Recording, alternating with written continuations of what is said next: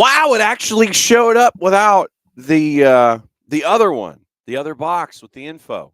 Great. Small victories. All right. So since it's a Friday, hello Friday. Oh, hmm. Come on, man. It's, it's, Go for it, dude. it's Friday. Friday.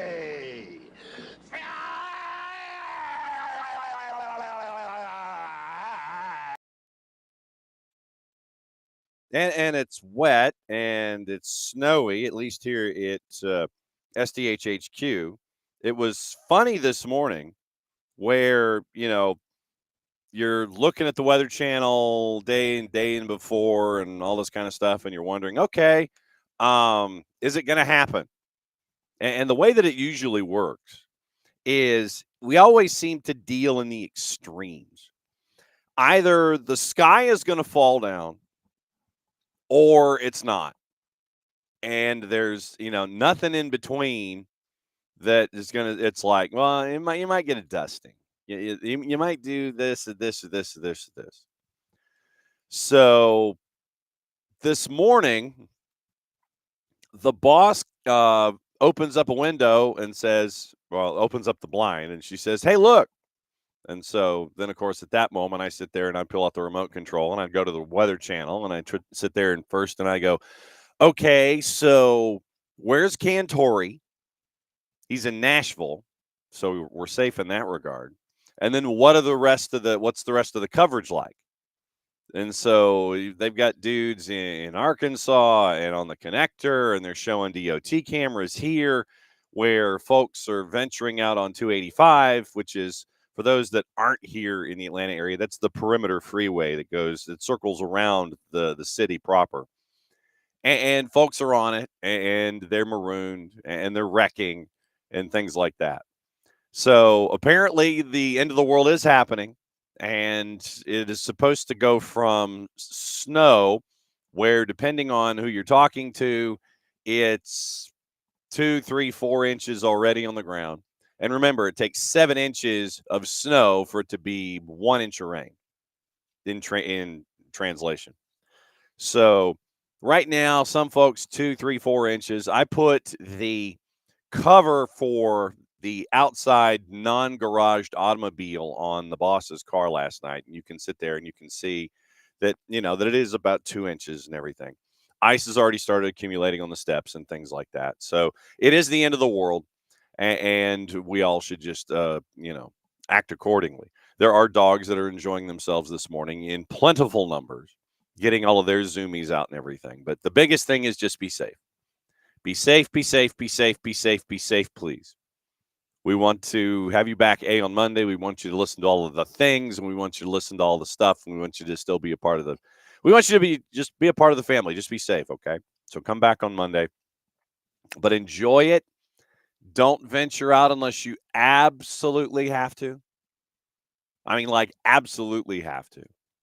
So make sure that your faucets are running. Make sure that you've properly winterized. I mean, we actually, and I guess this is opening kickoff.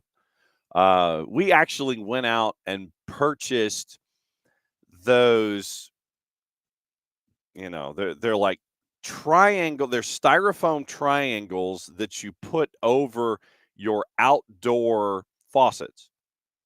It's like there's a latch that's on the inside of the styrofoam device, and it locks over the spigot. You sit there and you put it on the top of it, and then you tighten it up, and so that way it doesn't damage, it doesn't freeze up the opportunity for anything to come out of water from an outside faucet. So we actually got some of those. So we've tried to winterize as best we can. And yes, tomorrow we are still going to try and escape to head south because next week is from the beach, because it's anniversary week. And technically, anniversary is Sunday. So anniversary is Sunday. It's number 12 for me and the boss. And so we'll be at the beach. So you'll see pastels behind me next week. It'll be down there from inside the house that we rent traditionally, and we'll see just how frozen we'll be down there, staring at water for a week. So yeah, next week will be from the beach. By the way, Abe will be joining us on tape on Monday, as will. No, that's right. Bart's too busy. Bart's got like real world stuff. So this is where I plug Soccer for US POD 107. So Abe will be joining us in hour number 1 next week, and Bart will be incredibly busy doing real world things. So that's Monday, but all of next week will be from the beach. So once again, pastels, funky portraits, all that kind of stuff in the background. You won't have the traditional background next week. So that's the biggest thing. So just be safe, please, please, please. That's all I can ask. That's all I can ask here, okay? So just be safe. That was opening kickoff, brought to us by our friends at Kickoff Coffee and kickoffcoffeeco.com. And there's a QR code, or just go to Kickoff Coffee and kickoffcoffeeco.com. And then once you go to that store and you want to buy them out from all their coffee, what you do is you use the code soccer down here 15. You get 15% off your purchase. They in turn take 10%, reinvest at youth games, youth initiatives. Very, very cool stuff from our friends at Kickoff Coffee and kickoffcoffeeco.com. So really, when you buy out the store, you can buy out the store to 15% discount. So you'll be spending 15% less than you thought you did when you buy out everything at Kickoff Coffee and kickoffcoffeeco.com. Since I'm thinking about it, figured I would wear the Soccer is Just Better in Atlanta sweatshirt this morning. And this is from our collaboration with our friends at Grady Baby and Grady Baby Co. You can get this in red. You can get it in black. You can get it in T-shirt. You can get it in sweatshirt. And then I would also recommend looking at all of their other gear to stack your closets. It's because our friends at Grady Baby and Grady Baby Co. are collaborating with us with this gear specifically because, right here, SDH Network, it's official. It's right here on the cuff. Grady Baby on the other cuff. And if you help out purchasing stuff like this from our friends at Grady Baby and Grady Baby Co., you're helping out middle school soccer programs attached to the Atlanta public school system. So that's something big that we've earmarked as one of our Soccer for Good campaigns in 25. So pick this up from our friends at Grady Baby and Grady Baby Co. You can go to Olive in New York. You can get the first ever SDH jersey. And with that also helps out programs that we've earmarked to help out starting in 2025. You can get your presented by our friends at Kaiser Permanente across the front, Olive in York, and you can get it personalized on the back. It is navy, and you can either have it in white letters and numerals for personalization or light blue. I think Abby got one of each. So you can get that at Olive in York. And also, you can help out our friends at the Marshall Islands with the Marshall Islands Soccer Project.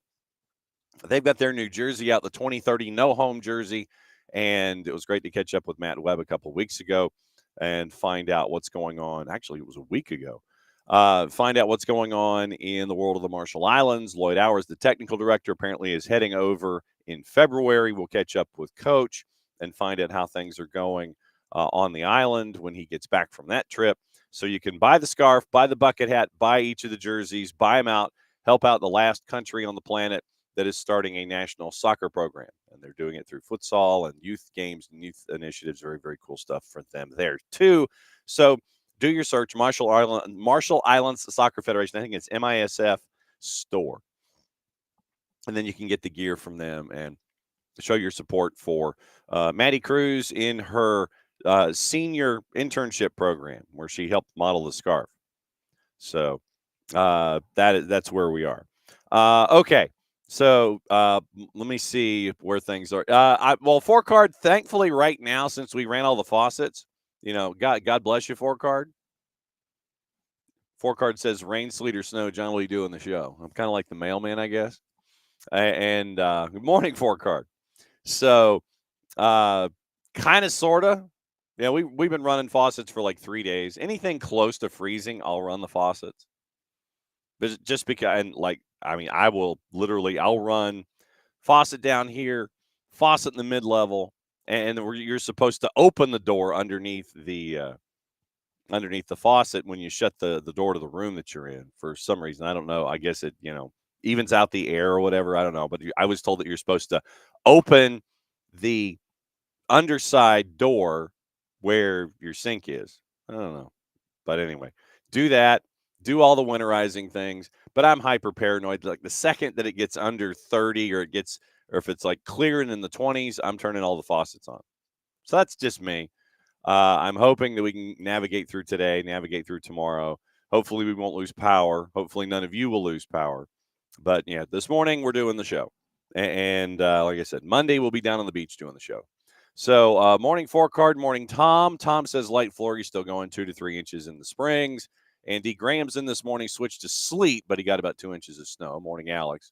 And a snowy good morning across the board to everybody. Okay, couple things here. Breaking down the show this morning. Obviously, we got to get you ready for the weekend. There's news. There's plenty of news. And there's plenty of stuff to discuss in getting you ready for all of the activities on the weekend and training camp starting to warm up and all that kind of stuff. Rundown today, we'll hear from Jack Collison and his new gig coming up in just a little bit.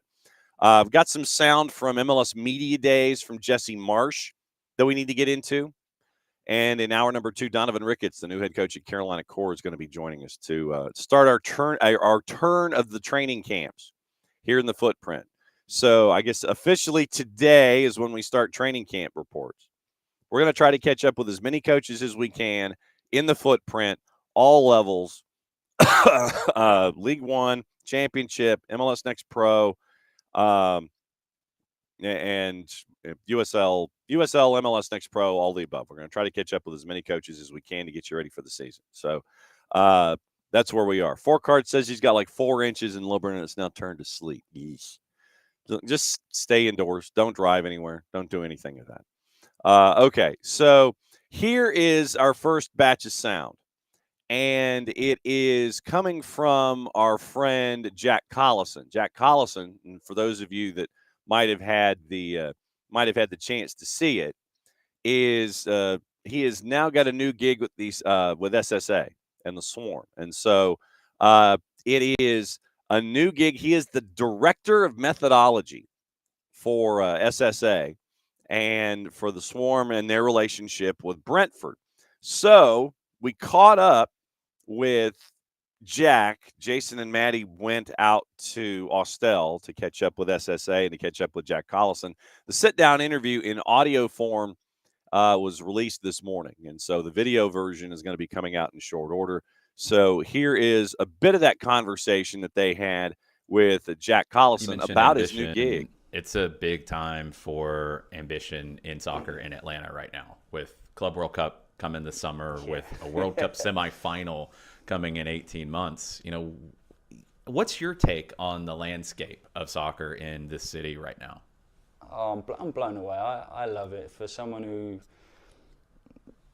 like, born with a soccer ball in my hand, I used to go to bed wearing my football boots at times. So for someone who sort of lived and breathed it every single day, and then coming out here 5 years ago, but seeing the growth in the previous 5 years has been incredible, and being able to play a small part of it has been great as well. But what's to come is just mind-blowing. You look at, as you say, the World Cup, you look at all the new teams coming up, you look at the infrastructure being put in place everywhere, and I think the great thing is obviously we're doing a lot of the good things here as well. You're going to see lots of changes to the training facility. There's a real professional feel now around the youth programs. The women's side's really growing, and as I said already, our ambition is, there's no hidden secret, is to bring pro soccer here to SSA and to the Swarm. So fingers crossed we can get there, and not only is it a great opportunity for the young players who are in the system, it's also a great opportunity for some of these young, hungry coaches or coaches who have been around the system for a long while. So we're all pushing, we're all working hard, and hopefully we can get to where we want to get to make all of that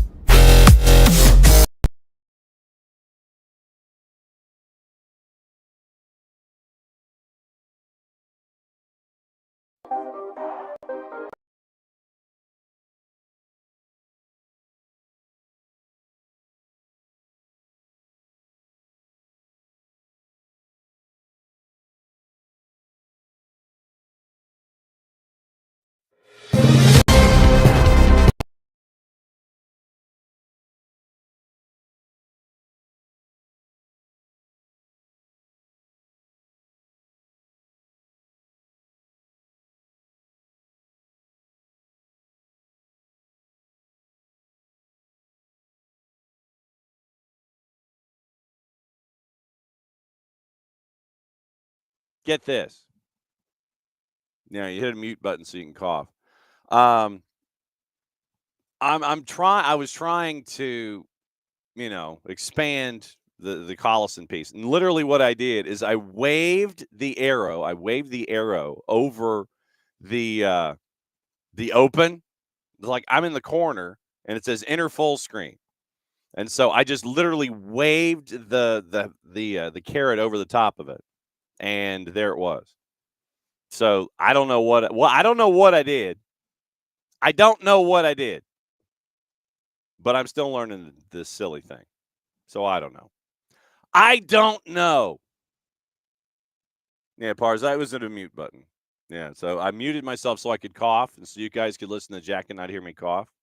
And so I waved my finger over the top. But anyway, so that's part of the conversation with Jack Collison. D. Graham lets me know that it's also out in video form. So go out to the SDH channel. Subscribe if you haven't.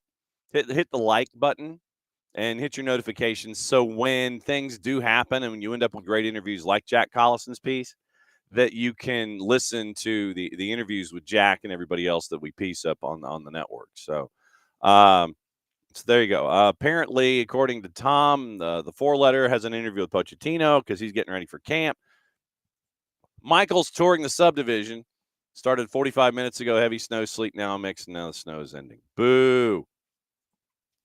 So I'm going to be looking over at the Big 55, and we'll see what's going on with the Big 55 and make sure that that everything is fine. So it looks like Paul Goodlow can actually see from the 17th Street Bridge. He can actually see into downtown looking southbound. So that's a bit of an upgrade for Paul Goodlow this morning on the Weather Channel. So,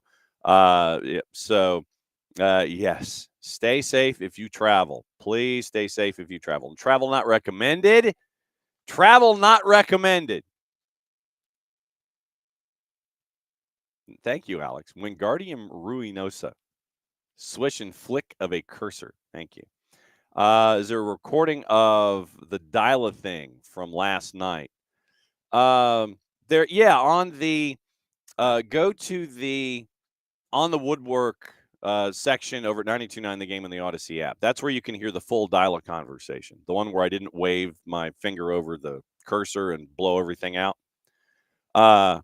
So 92.9 The Game, Odyssey app. You can listen to the full, I want to say it was a 9-minute conversation that Maddie and Jason got to have with Ronnie Dyla.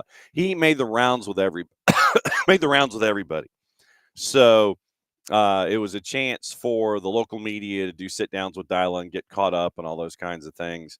And so it's the Jason Maddie conversation is over at 92.9 The Game, Odyssey app, Off the Woodwork, in their podcast section. So that's where that full conversation is with Ronnie Dyla. Yeah, and this is the things that young and sad got to learn. Abby says daughter went to Nashville yesterday. Told her Jim Cantori's there. She said she had no idea who that was. Well, she's gonna find out. She's gonna find out who Jim Cantori is. Guarantee you, she's gonna find out who Jim Cantori is. So. So Cantori's wearing the hat. He's in Nashville, and it looks like everything is going to be in Nashville until about 8:00 tomorrow morning, and then you'll have the ice and the temps and everything to roll by. Pars has no idea to navigate it. Well, then do this. Pars, go to 929thegame.com. Then go into the the Q&A for season that I don't know. Happened last night at 6. Michael, I do not know about the Q&A thing for STMs. That I do not know. So 92.9 The Game in the Odyssey app. Then what you do is you go into the podcast section, then you click Off the Woodwork. And that's where 92.9 The Game houses all of their soccer content. And so you go from there, you go in, you click, and you find the most recent episodes are obviously listed first. So go there. 92.9 The Game in the Odyssey app, and that's where you find all of the Off the Woodwork. So 92.9 The Game, podcasts, or Atlanta United, podcasts, Off the Woodwork, then Off the Woodwork gives you the listing of everything that they've done. So the conversation that Maddie and Jason had with Ronnie Dyla is there. I do not know about the STMs thing. If that Q&A is posted anywhere. Someone might have some audio if they, if they're sitting in the room someplace, but just can't kind of keep an eye on that. But Michael, I do not know if that audio is up. Yes, absolutely true. Abby says, I asked my son if he knew who Cantori was, and he thought he was a sports person like the former Yankee manager, Joe Torre. Okay, that's close. I can get you that one. And Abby's letting Pars know, if Cantori's in your city, you don't want him. If Jim Cantori is in the middle of your city doing remotes and live shots, that means that you're supposed to be getting the worst of the weather, and you don't want him there. It means then if he's there, you don't need to be. Let's put it that way. So that's what you're staring at when it comes to Jim Cantori. So if you're Jim Cantori, then make sure that if he's heading to your city, that you need to be out of your city. That's the bottom line. Okay. Once again, remember 10 o'clock.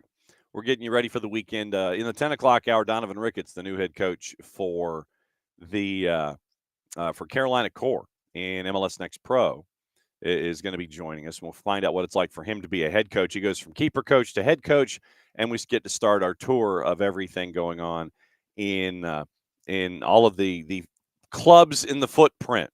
So that's what we're staring at here. One other thing that I wanted to get into, and it has to do with national teams. Obviously, D. Graham mentioned that there's an interview with Pochettino at ESPN FC. And, it's like just getting to know you kind of things. Hey, what do you want to accomplish with this camp? Those kinds of things. So as it turns out, Tom mentioned it, sorry. So Tom mentioned that ESPN FC has an interview up with Pochettino. Yeah, Ricky was in the snow. Well, you're excused. It's perfectly fine.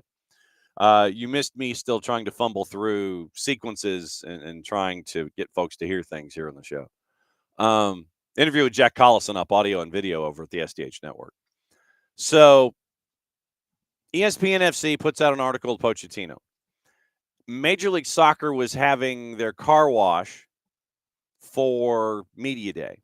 And so you had various people popping up. Berhalter was there. He showed up. Chucky Lozano showed up for Media Day. And so basically it was everybody that the league wanted to have come up and talk about the game. They had them sit at a table, sponsored table, the whole thing behind you and all that kind of stuff. One of the folks that was brought up at the table was Jesse Marsh. And Jesse Marsh, we know Jesse Marsh's new gig. He is it's not necessarily new, but it is the most newest gig that he has.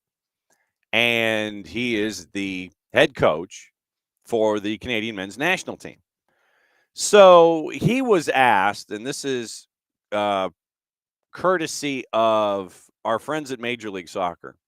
He was asked about the difficulties of navigating the national team landscape these days. And this is something that I did not anticipate ever hearing from a coach at points. But considering the trouble that Canada has had in the past, I don't know if I should be surprised by this or not. Jesse Marsh divulged this at MLS Media Day, once again, courtesy of our friends at Major League Soccer. First, we tried to have a January camp, and the stark reality is just financially we're not in a position as a federation to support a January camp yet without having the kind of opponents to help support that. So we put a lot of effort in the September, October, November time period to see if we could make it happen.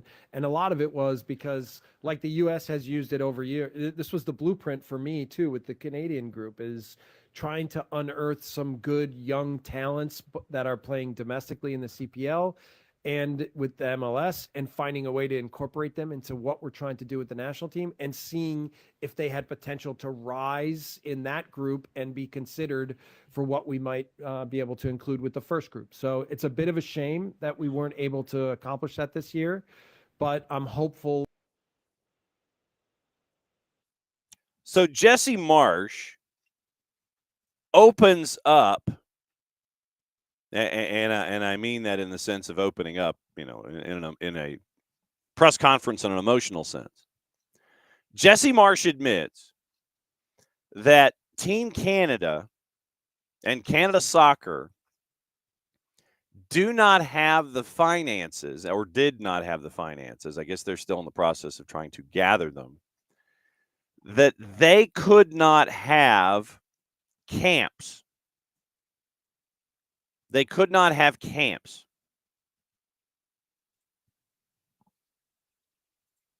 Jesse Marsh says he hopes to hold a January camp in the future after plans for a gathering this year had to be scrapped. MLS Media Day was down in Miami. I'm guessing Miami, not Fort Lauderdale. U.S. once again, they traditionally hold the camp, and they're getting ready for that. Canada Soccer has done that in the past. Kevin Blue, apparently working on it. We'll get into that more in hour number 2. But you know what this means. It is 9:30-ish on a Friday. The regular crowd shuffles in, to paraphrase the philosopher William Joel. And that means we get to welcome in one of our friends. Michael Parkhurst. How are you, sir? Good morning and Happy New Year, John. I am good. So we are apparently facing Snowmageddon here in Atlanta. So I heard. 2, 3, 4 inches of snow. Everybody had better have run to the store and gotten their run on milk, bread, and water. And the shelves are empty, and people are frolicking, and animals are sitting there and going, "Bruh, I ain't going out and all that stuff." You look outside, people are putting covers on cars and things like that. So is it just cold, nasty, and freezing where you are, and you're laughing at the rest of us here on the planet? Is that how this works? Oh no, I'm not laughing. I mean, yeah, I'm laughing a little bit, but Yeah. hey, I remember how it is. I mean, that's great for the kids to enjoy a little bit of snow down there. Yeah, we didn't have much snow up until, of course, the day before the kids were finally supposed to go back to school after they had been out for what felt like a month. I mean, it was a great 2 weeks around the holidays, but a full 2 weeks out honestly felt like a month. And so first day back, 5:45 a.m., the phone call comes in. School is canceled. So the kids enjoyed a snow day. So we've had snow on the ground. I don't think we're going to get rid of it anytime soon. We're not going to get above freezing for a while. So, yeah, we've still got probably 4 inches on the ground. So do you still have your moments where you act like a teenager and you want to go outside and you want to throw snowballs in general and just like throw them at, buzz them right past your kids' heads or the boss or anything like that? Do you still have those moments, or you just sit there and say, no, that's for the youngins? Yes, I do. Brought on by the kids and the dog, right? The dog loves the snow. So she loves being back out there, and she loves chasing snowballs and then eating them. And I mean, the kids are at a good age to, throw it right back. So yeah, I enjoy a nice little snow day. Okay. Do the kids eat snow themselves or just the dog? Newly fresh snow, sure. Snow that's been down now for almost a week. Ew. I hope I've taught them better. Ew. Just ew, ick.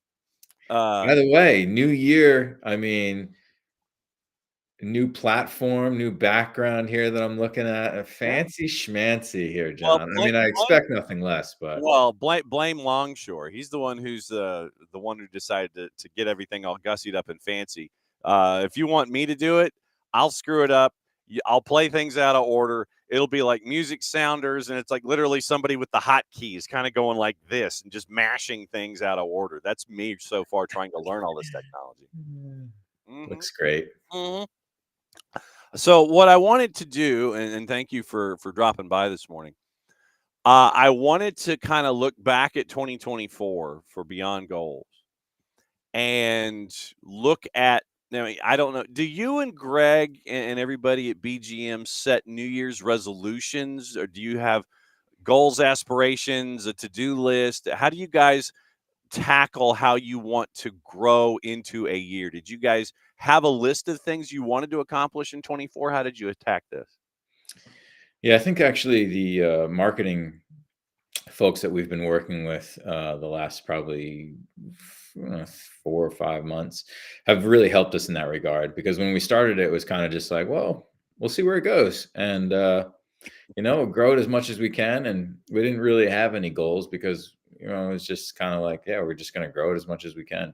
So they've kind of helped us in that regard of setting some goals, both for the year, and then we do it by the quarter and saying, okay, hey, what do we want? Where do we want to get accomplished this quarter? Where can we go? What do we want to do? What do we want to implement? So in that regard, it's been really good, and it kind of just helps Greg and I kind of set the tone going into the year and where we need to be and what we want to do. And again, we're not answering to anybody, so it's kind of like if we don't hit a goal, we just adjust things and move on, and why didn't we, and how can we get better type thing. And same thing that we encourage our mentees to do, really. Well, and the reason I ask is because I know that when we all dive into this idea of, okay, I want to start this, I want to do this, I want to do this as a business, I want to make sure that this is the next stage of my career, that you want to hop in, and as driven as we all are, it's like, yeah, I want to do it right, I want to do it well, I want to do it this way, this way, this way, this way, and this way. How do you not get bogged down if you don't accomplish something? How easy is it to just kind of sit there and say, okay, well, we'll work just as hard to continue to get there, and not get mad about not accomplishing something that you had on a list, I guess, with something new? Yeah, that's challenging, and I think that's why we encourage to have these smaller steps on the way, because if we're accomplishing what we want to get done on a weekly basis or a monthly basis, and then at the quarter we don't hit our quarter goal, we look back and say, you know what, we did what we could. It just didn't fall our way this quarter, so hopefully we'll make up for it next quarter, type thing. And so really our goals, we try not to make financial goals, Yeah. because we're like, our services are there and we try and grow it, and it is what it is. If people want to sign up, great, and if they don't, great. A lot of our goals are kind of like, what can we do to put ourselves in a position to grow the business, and then just seeing, did that help, was that successful, and adjusting things from there. What was the most surprising thing that you learned at Beyond Goals in 2024? I think the potential for growth. I think the looking outside of the box and thinking, what more can we provide? What else could this become?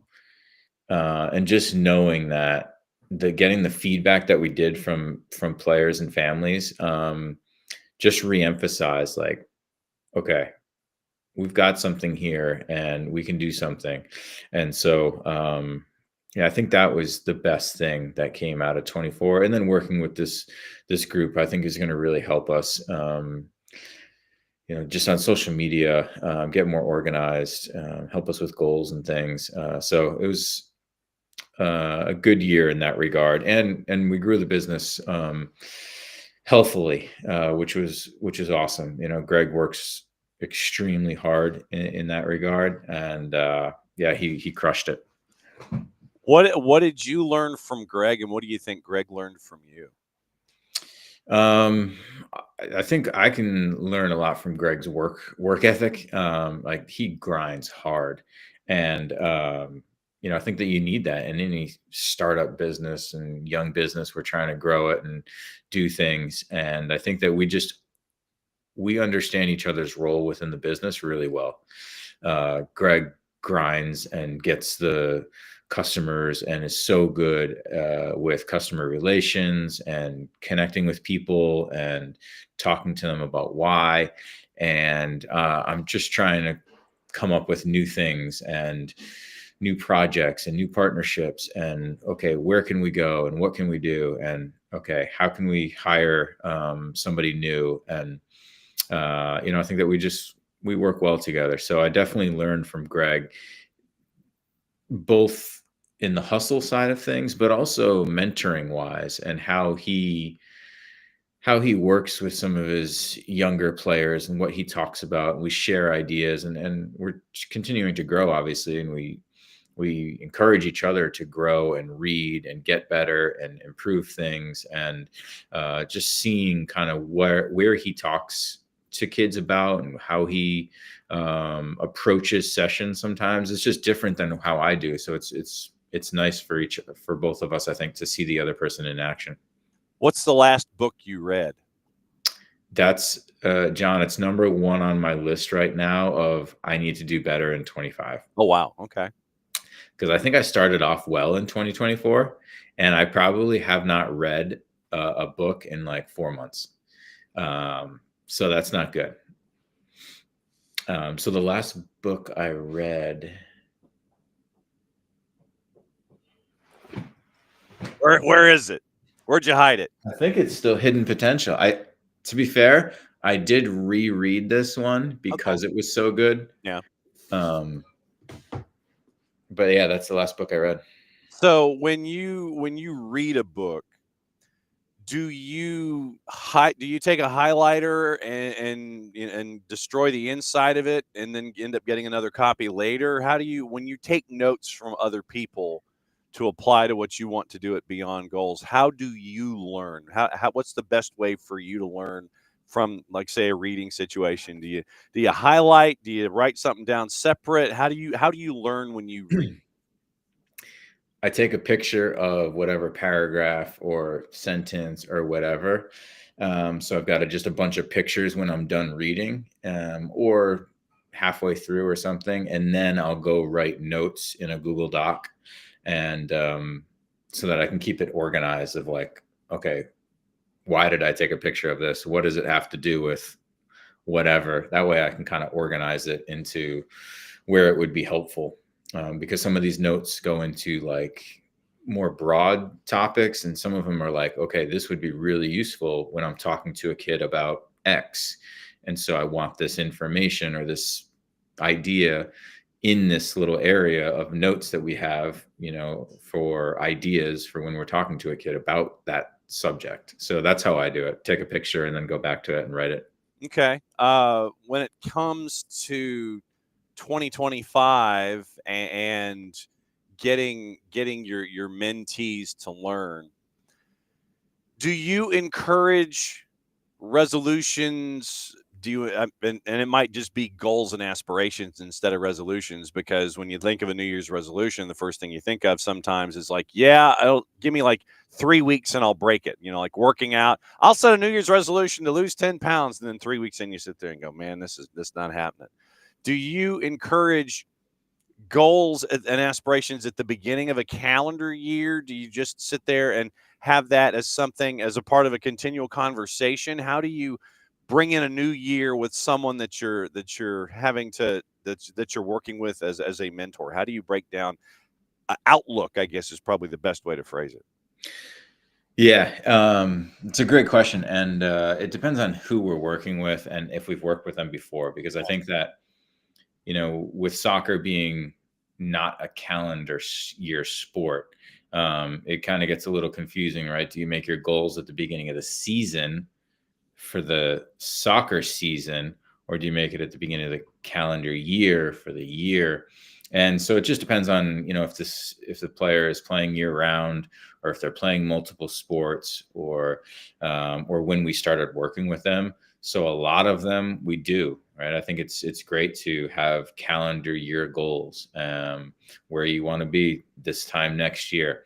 And then we work backwards, right? We always are working backwards. Okay, we've got this big goal here, or a couple big goals where we want to be. Okay, how are we going to get there? And then what are we going to work on to get there?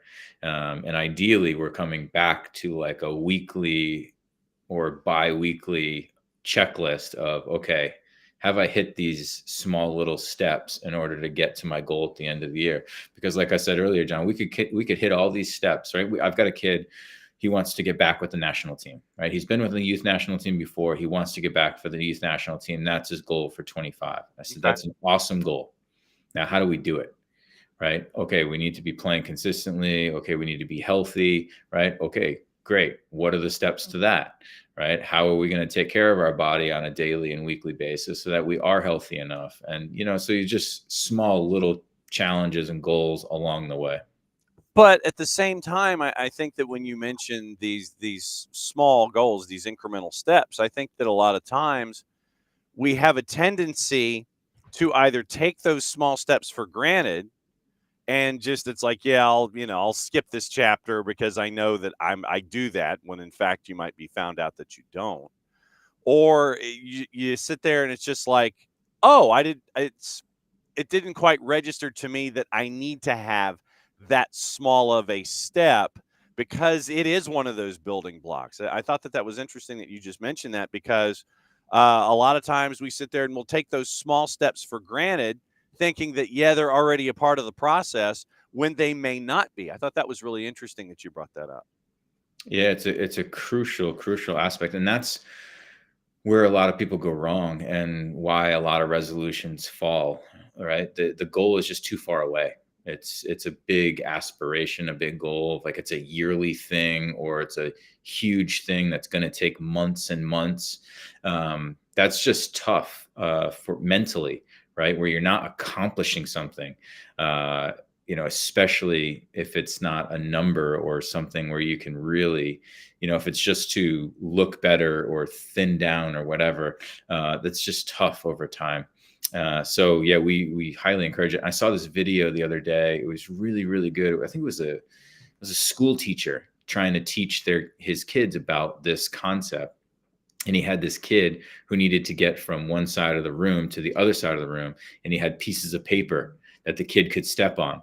And so the kid stepped on the pieces of paper to get to the other side. And he said, okay, now go back. And then he took away a few pieces of paper, and it was really more difficult. And then he took away all the pieces of paper. And he said, if you don't have these steps along the way to get to your goal, it's impossible to get there. I see now. I like the idea of pulling all of the pieces of paper off of the floor. And it's like, okay, so now what are you going to do? And if you don't have those pieces laid in place, then you're going to miss them coming back. You're not going to have them coming back, or you're just going to walk on the desks to get from one desk to the other and just do it up above. I mean, there's got to be always a way, like in Star Trek with the Kobayashi Maru and James T. Kirk, when he went around and broke the machine and just kind of refixed the machine to his own benefit. That is true. You got to find alternative ways sometimes. Yes. Excuses. Yeah, exactly. Michael Parker. Yes. It's all about finding different ways, and then your instructor goes, man, I wish I'd thought of that. But speaking of New Year's and like yes, goals and things, and have you heard of the viral like hard 75 challenge? No. What's this? Okay. Well, you look it up, John. I think it's a little older, but it became viral again. And basically, there's like 5 or 6 things, and you're supposed to do it every day for 75 days. If you mess up or miss one day, you start over. Ooh. And it's really intense. That's why it's called hard 75. Okay. But it's basically, it's like drink a gallon of water a day, read X pages a day, exercise twice a day, take a picture of yourself once a day. Anyways, there's a couple other things, I think. So I think Greg and I are going to implement a modified version for any mentees that want to do like a 30-day thing with us, where, you read a few pages a day, you get X amount of sleep per day. We're not taking photos of ourselves. That's not the goal here. But exercise could be something as small as stretching or getting core work in, right? And it's just kind of like a more of a mentality and a discipline thing than it is like, we're not trying to lose weight or do it for any specific reason. It's more like, hey, can we do something? Can we accomplish it for 30 days and stay dedicated to it? And get them thinking about and learning by reading, focusing on their sleep, getting a certain amount of sleep. So we're tossing around the idea of, hey, should we start this for kind of the end of January into February type thing, based off of this viral thing that's going around. Andy Frisella, think of this as an Iron Man for your brain. How to take complete control of your life in only 75 days. Yeah. Quoting Frisella, there's nothing worse than rolling through life in the passenger seat. You wake up, go to work, and drift through each day with no direction or driving force. Then you drive home, flip through your favorite TV shows, go to bed, repeat that same cycle the next day. Weekdays all run together. You find yourself trying to pass the time until the weekend so you can relax, unwind, and finally enjoy yourself. You start doubting yourself. I'm skipping forward. And so he said, this is why I believe in the 75 Hard program. I know exactly how you feel. I've been there myself. Spent years feeling like I was nothing, floating through the days with no game plan and no results, letting myself go mentally and physically, trying program after program to try to get back on track, only to fall off right after I completed it. I knew I wasn't the only one going through this. Realized the root cause of all of my problems was not addressed by any existing program. And so Andy Frisella is the guy that did 75 Hard. So you want to spin off and do 90 Hard because there's 90 minutes in a match, maybe? Well, maybe we'll get to that, but I think as far as smaller steps, I think 45. Give me 45, Parkhurst. Can you start and give me 45? Then you can start it for me. Yeah, we might even do 30, just a 30-day thing. See how we can do it. See what the response is like, and then we'll take it from there. If it was fun and everybody enjoyed it, maybe we'll do another one. There are other things that you guys did in 24 that I thought were really cool, like BGTV. What's it like for you doing the television thing where you cut your teeth on programs like this, but then you actually, then you go to BGTV and you do that work there. What was that like for you doing the video side? Yeah, I enjoyed doing the videos where I feel like I'm passing off knowledge of the way I see the game and the way high-level athletes see the game and why they make the choices that they do on the field, and little things that probably go unnoticed by a lot of youth athletes about what's making these professionals successful and what they're doing before the ball comes to them, and all these little things that I'm just trying to point out and help out. And so I really enjoy doing it. It's fun for me. I hope that we continue to grow that. It's a challenge getting kids to see the benefit of it, I think, right now, but I still have big hopes for it. And I mean, when you have different mentees of different age groups, different aspirations, whether it's early high school, I would for me I would say middle school, just to be different. Middle school, high school, different levels of professional aspirations, things like that.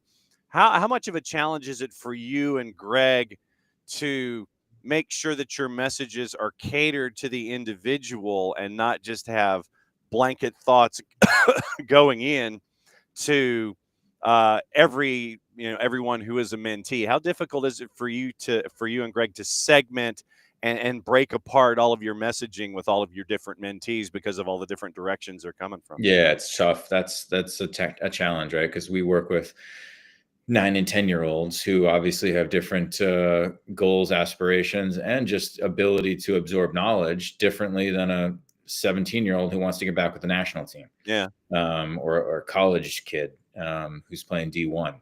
So it is completely different levels. So we do try and we separate things. We know that not every message is going to hit every mentee, but some messages will hit some and some messages will hit others. And that's fine. Not every message, not every piece of information is for the entire spectrum.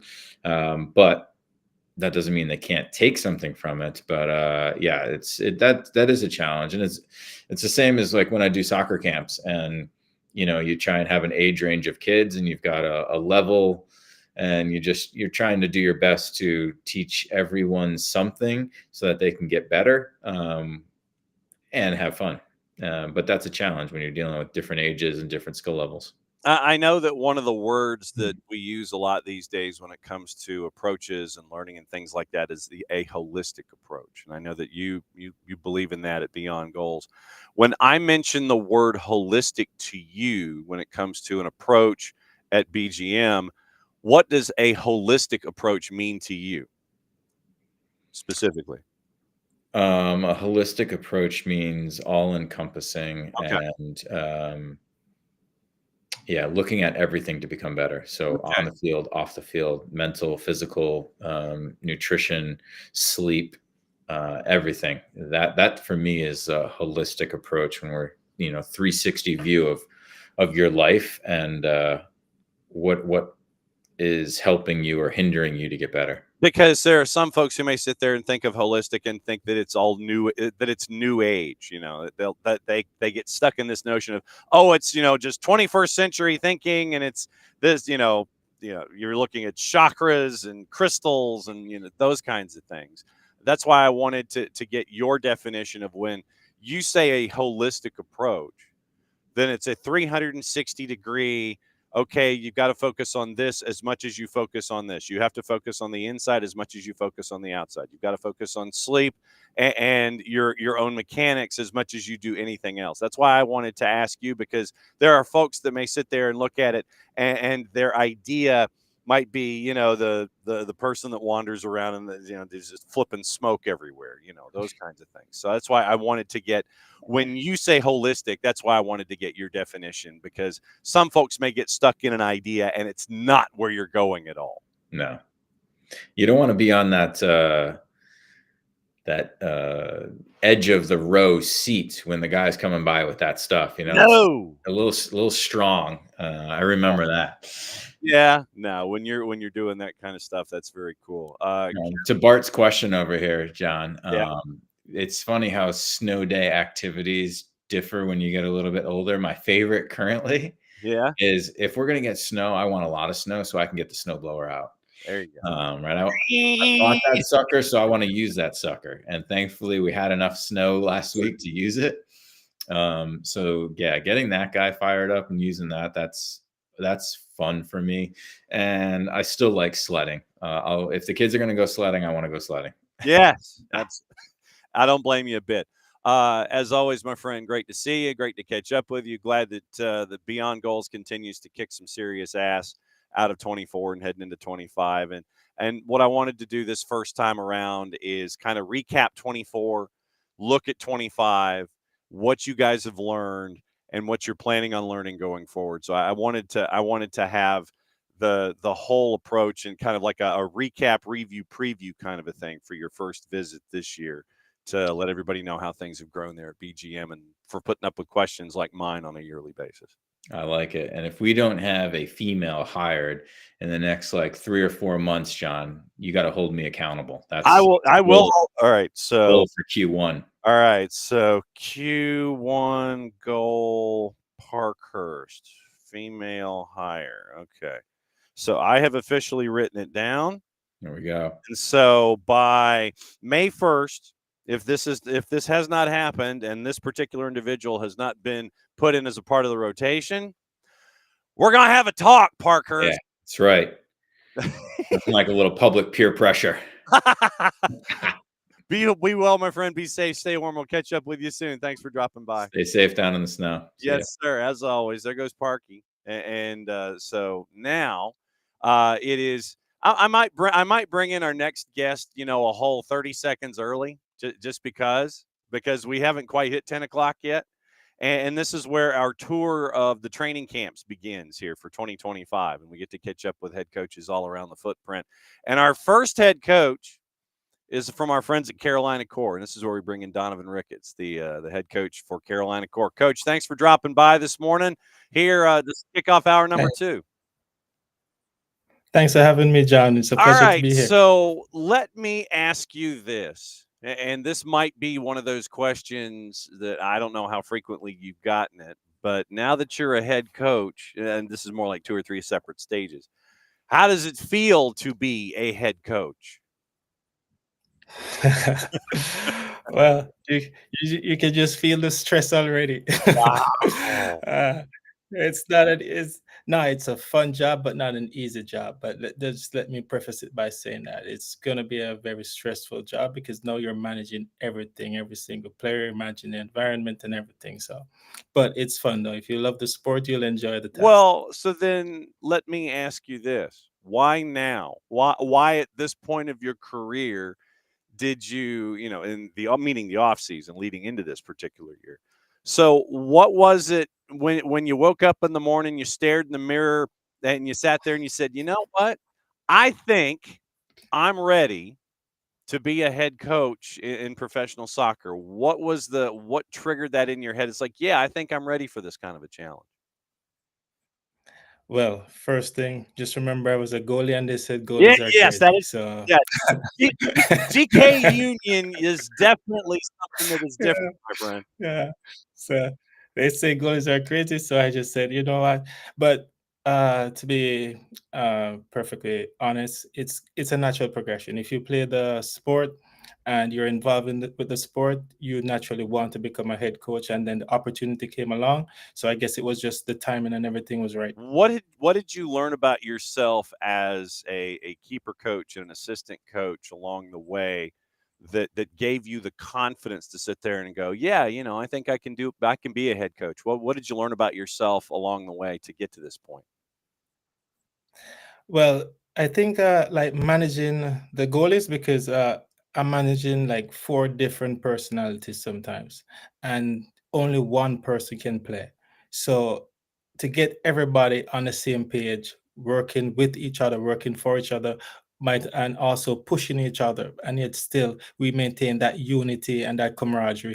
I think it was just I could translate that to an entire team where you have with outfield players, you have 10 people that can play and still take people off the bench. So it's more, you can keep people happier that way when other people know that they're going to be in the mix in the rotation. So I think just managing the goalies and just knowing only one can play and keep everybody focused, keep everyone motivated, it just gave me that confidence that I Well, and could at do the it. same time, as you mentioned, being a member of GK Union, you're all crazy, but managing all of these different kinds of personalities, I think that that's probably one of those Yeah.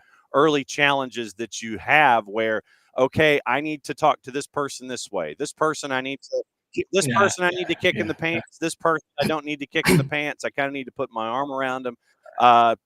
This person I need Yes. to take him to go Yes. get ice cream. This person this person I need to go take the cookout. I mean, so that whole thing, the whole navigating of personalities is something that you got to learn along the way too. Yeah. And to be honest, when we played, it was the same thing. It's like you're in the locker room with different personalities, and you have to get along with those people for the cohesiveness of the team, of the group. So you learn to know who to talk to a certain way, how you push each other. So I think we learned all that naturally by playing the game and being in the locker room. So it was easy to translate that. And also, I saw things when I played that I didn't like, that I thought maybe if I implemented this, maybe this could affect change. So just implementing things you learn Like along the what? way. No, like when you're a goalie, say the goalkeeper coach is preparing the team. Sometimes for the week he only focuses on the man that's going to play on a Saturday. So the one that's not going to play feels kind of left out, and sometimes think, what's the point? So how can I get that person involved, get him focused, getting him thinking that I do have a chance also, and also the coach is preparing me just the same way he prepares the number one goalie. MLS Next Pro. Actually, tell you what, before we talk about the league, let me ask about High Point and the community and what you've been able to glean about Greensboro, High Point, Winston Salem, that whole area of North Carolina.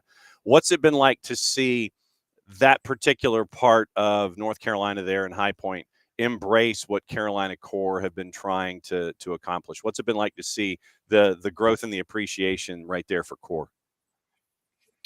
No, it's good because the owners they share the vision that the club was created for the community. So that was the first thing they said, is created for the community. So us working in the community will be great for the everything Carolina Core.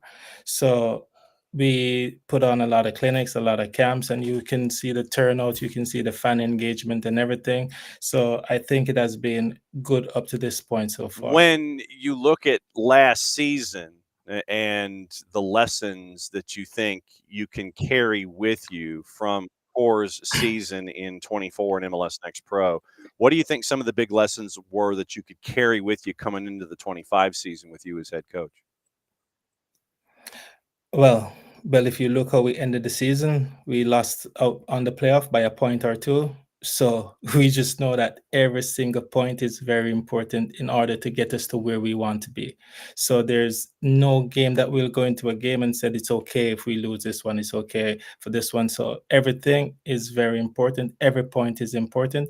And now we're no longer that new team that no one knows about. No, people know of Carolina Core. So we can't come in and think, we're just a new team. No, people know about Carolina Core. So now we have to double that work to get to where we want to And go. that's part of that. This is interesting because it's like, yeah, you're a first year team. Yeah, okay, they're new. We'll Yeah. sit there and we'll either take them for granted and get bit, or not take them for granted and get in for a challenge. You're now one of the more veteran clubs now in MLS Next Pro. That whole Yeah. year one is out the door. It's When gone. you're a father, there's always the talk of the terrible twos. You have a newborn. The newborn is, he goes through that first year. They're learning how to tee, learning how to walk. But then they always talk about the terrible twos, where the kid just wakes up in the morning and all the kid does is it doesn't matter what breakfast is. It doesn't matter what's going on. The kid is just crying and wailing and never happy, and just, it's like, no, I don't want to wear that. I want to wear this. How do you foresee having Carolina Core avoid the terrible twos, to where it's one of those, the kid's just stomping his feet and nothing's happening, and he doesn't like the wagon that he's got, and he wants to, go outside and play. How does Carolina Core avoid the terrible twos? Well, the beauty of, let's just say, of us not making the playoffs last year is like we just think we could have achieved something. So now that hunger is there to achieve what we didn't last year. So maybe if we had made the playoffs last year, we are coming into this year thinking, it's a cakewalk, we can make the playoffs. But no, the hunger is there.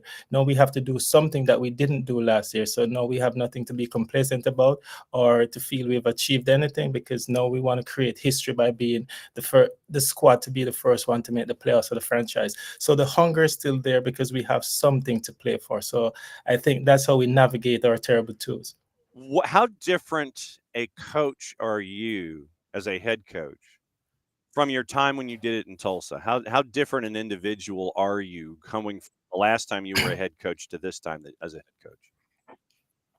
Well, the person remains the same because I can't change who I am. So the person remains the same, but I've learned like lessons along the way regarding the football of how you want to do things or you don't want to do things you want to change. So the person remains the same because I am who I am. I like a fun environment. I like a light environment because I think people thrive in that sort of environment. So the person will always remain the same, but the ideas will just change a little bit. When you got to come and play in the United States, you got to see a different version of Major League Soccer, to where it is now, to where you've got all of these different markets that are playing MLS, whether it's MLS or MLS Next Pro. What's it been like for you to see the game grow to where you're in High Point, North Carolina, and you have a professional franchise that you're in charge of? What's it been like for you to see the game grow from when you first came over from being a bantam to be a hey, don't think I don't know about Bradford City, brother. I've got the jersey stashed away in my stack of jerseys with Brad. I know all about that kind of stuff. So what's it been like? What's it been like for you to see the game grow to where it's Yeah. not just L.A., New York, High Point, North Yeah, Carolina yeah, now? yeah. No, it's good. It's good because growth, I think for the age we're living in, growth is good. And it's a natural process for growth. So it's good to see the game growing. And it's not only garnering interest from inside the US, but now the MLS is making its name outside of the US and starting to become a force to be reckoned with. I've loved where the MLS is going because when we played, we'd have to jump on a commercial flight and go to where we're going. Now they take private flights. So, hey, this is why we work so hard, because we want to get back to the MLS because we want to be on private I, flights too. I was gonna say, But it, brother, with these games that you got in the Eastern Conference, sometimes you might need one. Yeah, but it's good. The growth of the game to see, because I was in Tulsa, and trust me, Tulsa, Oklahoma, it's a huge market for soccer. Youth soccer is big in Tulsa, Oklahoma. So the game has come a very, very long way, and I think it has even a far further way to When go. you're in High Point, are you recognized right now? Do you sit there? Can you go into the Food Lion and get your shopping done, or do you have to hand out index cards and shake hands and sit there and go, hey, be a season ticket holder? How are you when it comes to the Uh, public right now in High Point? Unfortunately, it hasn't reached that level yet. So I'm good to go wherever, and nobody knows who I am. So we're working for it to get to that level. But right now, I am pretty good. Nobody recognizes me. I do my shopping myself. Nobody. I'm just a regular Joe Schmo on the Donovan street. Ricketts, the new head coach for Carolina Core, hanging out with us here on the morning show as he gets ready for his first training camp as being the man large and in charge for MLS Next Pro in the Eastern Conference in 2025. When it comes to your philosophy, now, I know that we get to find out from Michael Parkhurst when he's a mentor, he takes a very holistic 360-degree approach to everything. When it comes to your philosophy and how you attack things, when someone walks in the door for the first time and they look at practice for Carolina Core, they look at the roster for Carolina Core and see the certain kind of individual that you want to have compete in 2025. How would you describe your philosophy to someone who hasn't seen you as a coach? Well, they'll see a group of players that enjoy being around each other. So first, the environment has to be that kind of environment where it's a family environment where we look out for one another and then we play for each other. So now when we translate that to the field, they see hungry individuals. Every practice would be like a game, because the practice is supposed to be harder than the game, because if we practice hard, we make the game easy. Because I have something I used to tell my goalies: we might dive 200 times in practice just to dive once in a game. So we just create that mentality, that philosophy that, hey, we're preparing just 200 times just to do one thing, to do it well. So with the team, it's the same thing. It's going to be a team that when you see us practice, it's going to seem like it's a real game. We're going after each other, we're pushing each other, we're driving each other. So first we create that environment where we work for each other, then we bring it on the field where we play for each other. So you're going to see a cohesive unit fighting and working for And I each know other. at the same time, though, you're looking for a specific kind of individual to be a part of that roster that can embody what you're looking for Yes, and yes. have it, be right, but right on the breast, right here there is. They've Understand. got to have it here. What's it like for you when your phone blows up? Hey, I want to come and play at High Point. I want to come and play at Carolina Core. What's it like having your phone blow up for players that are interested in wanting to be a part of what you're trying to build? No, just me. The phone goes, it goes nonstop. So the thing is, there are a lot of talented players out there. It's like a lot of talented players out there, but sometimes it's just beyond the talent. It's what kind of person you are. Because yes, you have the talent, but what kind of person are you? Can you fit into what we're trying to build here? So yes, of course, talent is very important in this sport that we play, but also what kind of person are you? Can you get along with teammates in adversity? How do you react to adversity? So also the person that comes with the talent is very important to us. So I make sure I tell everyone that's hitting the phones up, it's like, yeah, you're going to send me the video and I'm going to look at the video, and then I'm going to make a phone call and say, hey, what kind of person is this? So there's those two have to come together, the talent as well as the Okay, person. so what's the timetable? When does training camp officially start? When do we start hitting you and Aiden over the head to come back on the show and give us updates and all that kind of stuff? What's the timetable? The players start arriving in market on Oh, Monday, really? this Monday.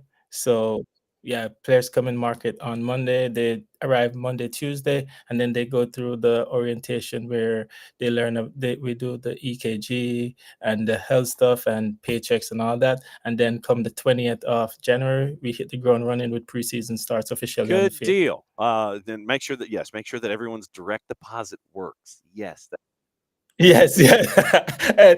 Else they won't work. exactly. Coach, it's great to see you.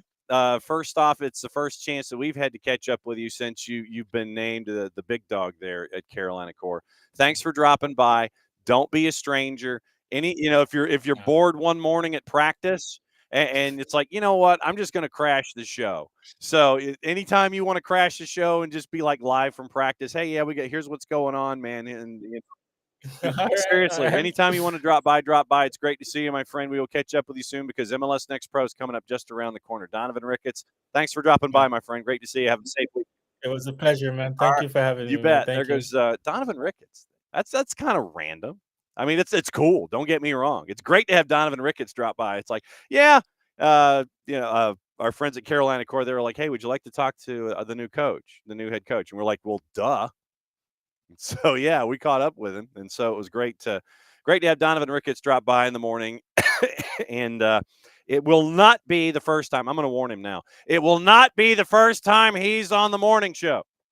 So I can still see him in the green room. He's smiling about those kinds of things. He's ready to go. So Donovan Ricketts, the new head coach at Carolina Core. Great to have him drop by and find out what's going on. So, all right. So we do have some developing news that broke while we were catching up with Coach Ricketts, and it has to do with the coaching staff with Atlanta United. And so we now know who is going to be with Ronnie Dyla in year number 1 on the coaching staff. So the technical staff has been announced for 2025, and it is the following individuals. It is assistant coach Kenny Miller, goalkeeper coach Elliot Parrish, Matt Lowry, and Carl Robinson remain. So that is your staff for 2025. Kenny Miller, most recently an assistant coach on Dyla's staff at Al Wada in the UAE.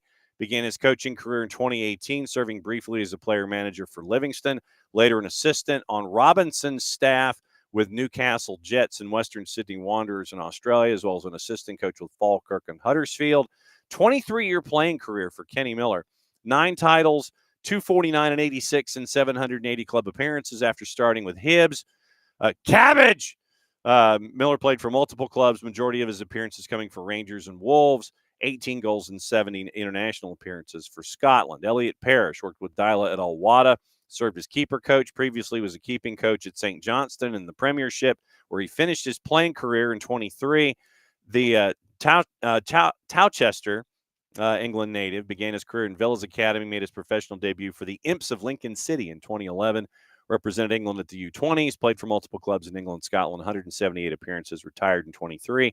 Matt Lowry, he joined Rob Valentino's staff as an assistant coach in 24 after serving as an individual development coach. Matt has been around with Atlanta United for quite some time. Previously held the role of academy director from June 21 to April 24, where he oversaw soccer ops for the academy and Atlanta United too. Originally joined the academy for their inaugural season, July of 2016, as head coach of the U12s before being promoted to the U15s and the U19s. Interim Atlanta United 2 assistant coach during the 2020 USL season. And Carl Robinson began his coaching career in Vancouver in 2012 as an assistant for 2 years before being named head coach in December of 2013. 3 MLS Cup playoff appearances in 4 seasons. First ever CAN champ in 2015. First ever appearance in the CONCACAF Hemispheric Extravaganza. Semifinal appearance during the 16-17 tourney. Went to Australia. And then he came back to the U.S. working with Wayne Rooney as an assistant at D.C. in 23. Followed Rooney to Birmingham City, assisted with the Wales national team, UEFA Pro license, earning it in 2013. So your assistants for Ronnie Dyla, Kenny Miller, Elliot Parrish, Matt Lowry, and Carl Robinson. So that is your rundown that is there with all of those. So once again, thanks to everybody. Yes. And so, yes, Jordan, good morning. It is snowy Atlanta. Welcome to all of you. So I'm glad that we got Parky to talk about snow and snow activities and such. So, okay. So back to where we were when we were in between guests. And so for those of you that might have missed the soundbite in hour number 1, I want to go back and I'm going to play the soundbite and go back over what we were discussing involving Jesse Marsh and Team Canada. So this is Jesse Marsh at MLS Media Day yesterday in Miami. And like I said, I'm guessing it's Miami. I don't know if it was Fort Lauderdale or not, but it was in Miami that Jesse Marsh said this about the Canadian men's national team yesterday. Once again, courtesy of our friends at Major League Soccer. First, we tried to have a January camp. And the stark reality is just financially, we're not in a position as a federation to support a January camp yet without having the kind of opponents to help support that. So we put a lot of effort in the September, October, November time period to see if we could make it happen. And a lot of it was because, like the U.S. has used it over years, this was the blueprint for me too with the Canadian group, is trying to unearth some good young talents that are playing domestically in the CPL and with the MLS, and finding a way to incorporate them into what we're trying to do with the national team, and seeing if they had potential to rise in that group and be considered for what we might be able to include with the first group. So it's a bit of a shame that we weren't able to accomplish that this year, but I'm hopeful. Jesse Marsh, ladies and gentlemen. So that's Jesse Marsh yesterday at Media Day. And he said that outside of that quote, he and Kevin Blue, General Secretary of Canada Soccer, have been tireless in trying to do fundraising to help elevate financially what we can achieve with the entire national team program for men and women. Canadian men, currently ranked 31st in the world, will be competing for 2 trophies this year: Nations League Final Four March and the Gold Cup in June and July.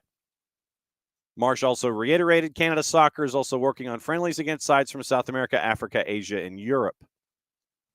Quote, obviously, a lot of teams, when we need matches, are trying to qualify for the World Cup, so we've had to be creative at kind of understanding which teams can be available, and then how to create a schedule, and then still find ways to play in Canada, to play in different spots in Canada. So there are so many variables, but I feel like we're in a good place. I think we're on track for some really good opponents, end quote.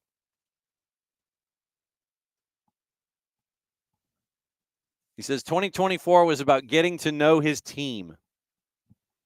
So much of it will be about establishing exactly how we're going to become who we want to be for 2026. I have a thought. I'm holding on to it till the end of this quote. And everything from incorporating a few more dual nationals to incorporating a few more individual younger talents into the player pool, and making sure that we are addressing everything we need so that by the summer of 26, we know exactly which players we're going to need and who we are, so that we can do the best we can to represent Canada in a home World Cup that will be the most important.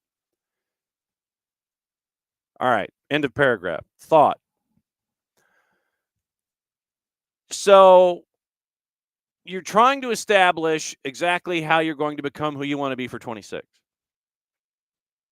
How can you do that without camps? You're trying to incorporate more dual nationals and individual younger talents into the player pool. If you don't have camps and you don't have friendlies, how can you show empirical evidence to a dual national? Hey, we want you to be a part of this. Be a part of what? Be a part of this program. Well, who are you playing? Well, we didn't play. Why not? Because we're having problems raising money to play, friendlies in all of these matches. I feel like Canada continues to chase its tail here.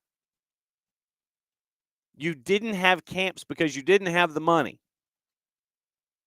to properly fund facilities and bring players in, et cetera, et cetera, et cetera, et cetera.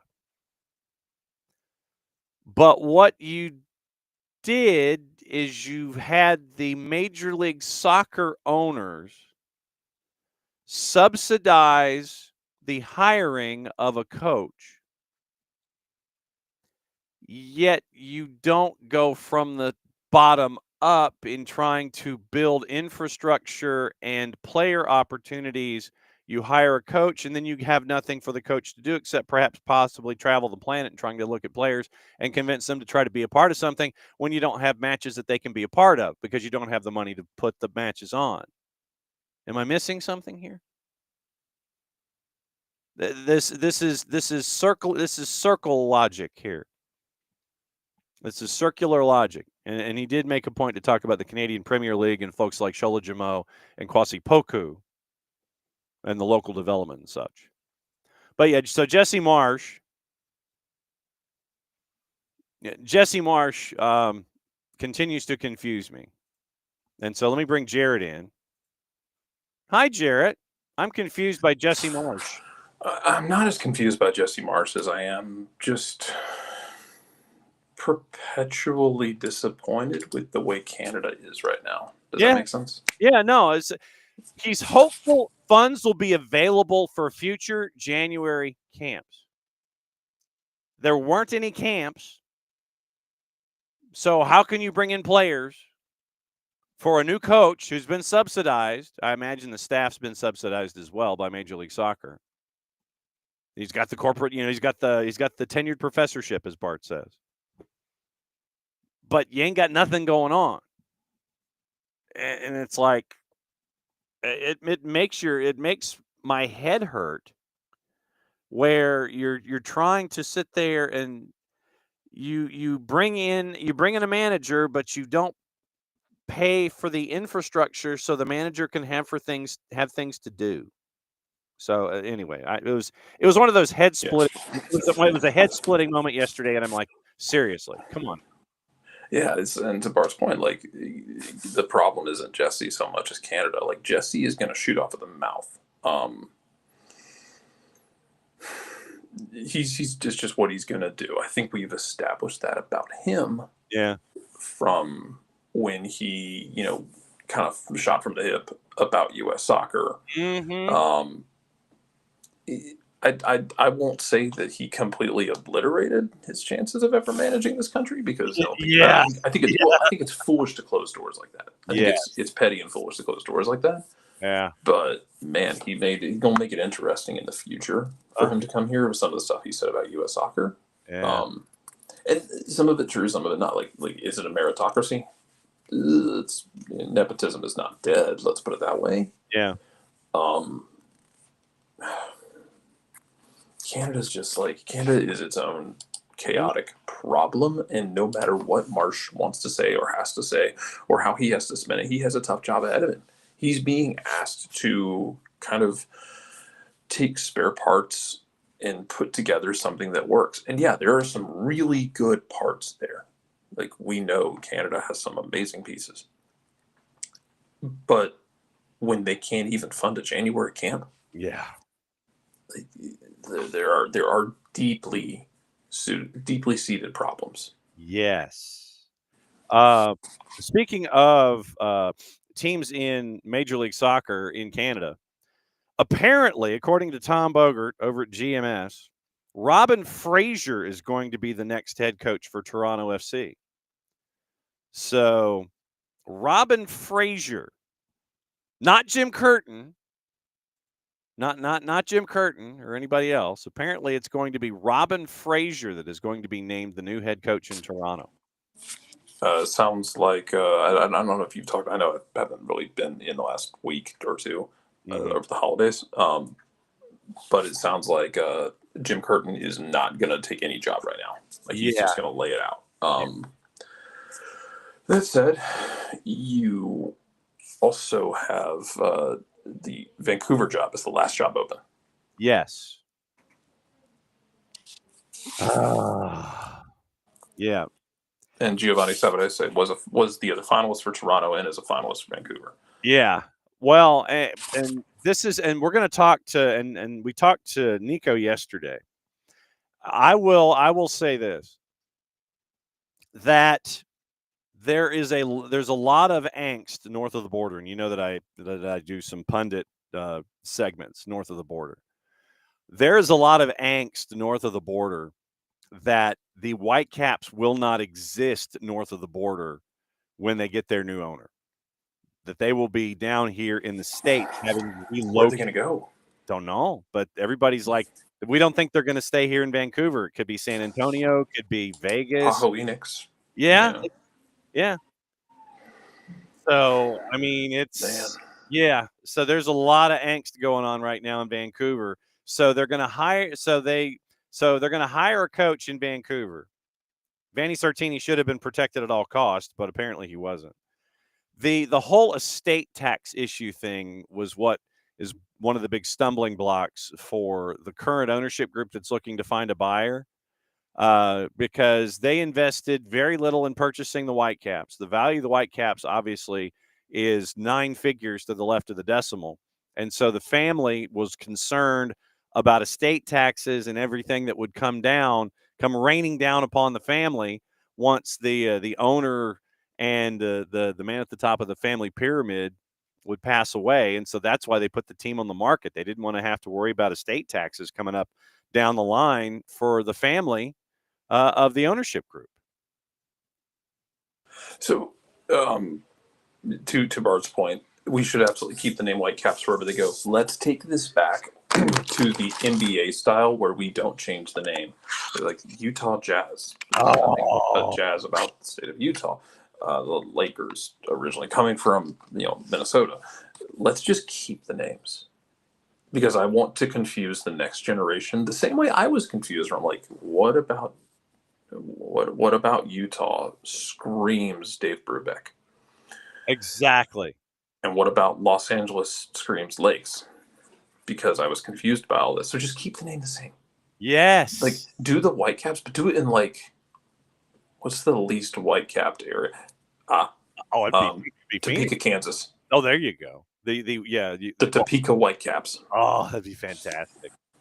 It'd be like the Manhattan, Kansas Whitecaps, like Little Big Apple. The Little Big Apple Caps. Yeah, and just have Manhattan, Kansas gets the Whitecaps, and then just have to keep the name. That's the rule. And they play at Bill Snyder Family Stadium. Oh, absolutely. Becomes a fortress of American soccer. Yeah, and even it to the point where only college football fans can explain why it's a fortress. Yes. Even soccer fans can't explain it. They have to call in college football people to explain why it's a fortress and why, when it happens, Bill Snyder will somehow get hired to coach Kansas State one more time. Yes, he absolutely will. And like in the year 2138, Kansas State. He'll be alive, so yes. Well, it'll be. They're looking for a head coach to replace 212-year-old Chris Kleeman. And who do they? Oh yeah, we'll get Bill Snyder. Oh, can we do that? Yeah, we can. Technology's amazing. Yeah, just to get his head preserved in a jar like Futurama. Just have Bill Snyder on the sideline, just drawing up like Zoo and Duo. Yes, absolutely true. Let's see. Nashville has signed keeper Javier Valdez through the 2025 season. 21-year-old Dominican international and Olympian claimed in December via the end-of-the-year waivers. Territory rights. Let's see. All right, let me see if I can understand this. Signed options for 26 and 27. Claimed in the end-of-year waivers. Originally signed with Houston as a homegrown in 22. After the Dynamo acquired his homegrown territory rights from both the Red Bulls and NYCFC. The most MLS sentence that I've heard this morning. Yes, absolutely true. Homegrown rights from 2 teams. Yes, homegrown territory rights from both Red Bulls and NYC is signed by the Dynamo as a homegrown after they acquired his territory rights from 2 clubs. Keeper made 50 regular season and 2 playoff starts for Dynamo Dos since debuting with the club in 22. This sounds like, at the moment, Javier Valdez is going to be perhaps spending time in Huntsville. Only until they decide. And let's be honest, they're going to decide at some point that Joe Willis has got to be up for. We got to provide Joe Willis some competition the way we did with Panico. Yes, that is true. He gets some starts, and then people are like, "Oh man, maybe we should start him instead of Joe Willis." And Joe Willis just survives another career assassination attempt. Yes, absolutely true. Don't know what else to call it, but for what was it, the last 2 or 3 years, John? It was Panico would start games and I don't know, maybe he should be the one who starts. Yep. It was Gary Smith was just trying to find a way to start him more consistently, and then it just never stuck, and it was just trying so hard to make fetch happen. We're gonna give Elliot a shot. We're gonna make sure that Elliot gets his opportunities and gets his reps because we think he's 90 minutes fit. Looking forward to He's it. a goalkeeper. I hope he's 90 minutes fit. Yes, exactly. You can stand there for 90 minutes. Johnny Klein signs with the Charleston Battery this morning, and apparently Messi and friends have unveiled the information on their 2025 preseason tour, as did Atlanta. So we'll get into Atlanta coming up in a bit. So here's how it is. January 18th, they play Club America at Allegiant in Vegas. 11 days later, and this is what Nino was getting into yesterday. They're playing Universitario de Deportes in the Estadio Monumental in Lima, Peru. So they're going from Vegas to Peru, flying from there to play Sporting San Miguelito at the Estadio Rommel Fernandez Gutierrez in Panama City, Panama. 6 days later, they're playing Olympia at San Pedro Sula, and then they're going to play the Purple Team on the 14th at the Pirate Ship at Raymond James. So it is Vegas, Peru, Panama, Honduras, Tampa. That's what Messi and friends are going to be doing. For their What you're describing is the plot to an Ocean's 14 movie. There you go. You get Danny Ocean and you get Brad Pitt and them trying to figure it out. It's like, all right, we're gonna take all the casinos in all those countries, and we're gonna make sure that that happens. Atlanta United announced their preseason, and they all. And before you came on, Jarrett, we went through the coaching staff for 2024 with Ronnie Dyla as well. So the 2025 preseason schedule for Atlanta United: at Fort Finley, January 25th to take on Chattanooga FC. Then February 1st, they go to Protective to take on Birmingham Legion. Then it is matches in Bradenton and IMG against the Revs and FC Cincinnati. And then it is a closed match at the Children's Healthcare Atlanta Training Ground in Marietta, taking on FCD on February 15th. So not quite Vegas, Lima, Panama City, San Pedro Sula, Tampa. But for Atlanta, it is Chattanooga, Birmingham, IMG, and the Children's Healthcare of Atlanta Training Ground. So that's the preseason schedule for Atlanta United this season for Ronnie Dyla. Yeah, and you're getting. I think you're threading the needle here, where you are doing your local matches, where you're reaching out to the teams that are nearby you. Mm-hmm. Chattanooga, Birmingham, your closest major cities that have clubs. And Chattanooga is a major city in this sense. Yes. The only other one I would love to see them do in the future is to get down to Statesboro, and build that connection. But then otherwise, you're scrimmaging with MLS teams, which is what you should be. You should be challenging yourself and putting yourself through your paces in preseason. Which, granted, dude, they'll be put through their paces. Like, all I can think about is the Bobby Boswell quote where he talked about playing under Tata, and he's like, man, there were like multiple complaints to the Players Association about how much we had to train and run and how much we had to work. Like, those about to come back. Yes. Dyla is not. It's tricky whenever you discuss this because people still have the association with Gabriel Heinze and the way he did things. Yep. But Dyla's gonna run them. Like, he has fitness goals for them. Yes. They have to be in a certain shape. They have to be able to do certain things, to be able to play a certain amount, and to be able, which is funny to me because one of my favorite players from those Celtic teams was Tom Rogic, the Wizard of Oz, who's this Australian 10 who was very goal dangerous and would pop up in cup games and just score these amazing goals. Tom Rogic, knife to his throat, could not play 90 minutes. Just couldn't play 90 minutes. But he would give you the most scintillating 70 minutes that you could imagine. But 90, no, that gas tank is not filled that high. This is a high performance vehicle. We're not putting regular unleaded in this, and we're not expecting 300 miles on a tank of gas. But yeah, they will have to they'll have to be in shape for it, man. Yes, absolutely true. Now there has been some talk in the Twitch pitch and other places. Yesterday, Major League Soccer actually came out with a mea culpa, and they apologized. They did for prematurely posting an article. Well, it could be prematurely, we don't know, but they posted an article linking a signing from Celtic to Atlanta United. Long rumored, long wished for, that kind of a thing. And so Major League Soccer posted an article after Atlanta had signed Cayman Togashi and brought Togashi-san in on a free. The folks at Major League Soccer had brought up that Furuhashi-san had in fact been signed, which was in error. And so then Major League Soccer had to apologize for posting that article.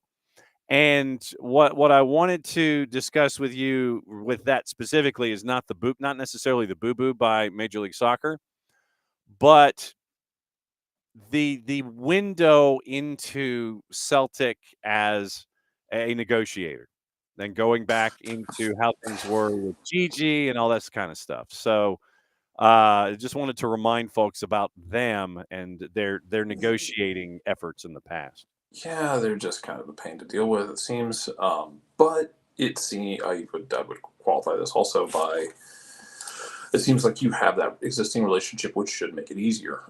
MLS flubbing the damn article as a single entity is arguably the most annoying thing they've done in a while. It's just so ham-handed and stupid. I understand you have like articles in the chamber ready to go, but Jesus, that was just so dumb. Yeah.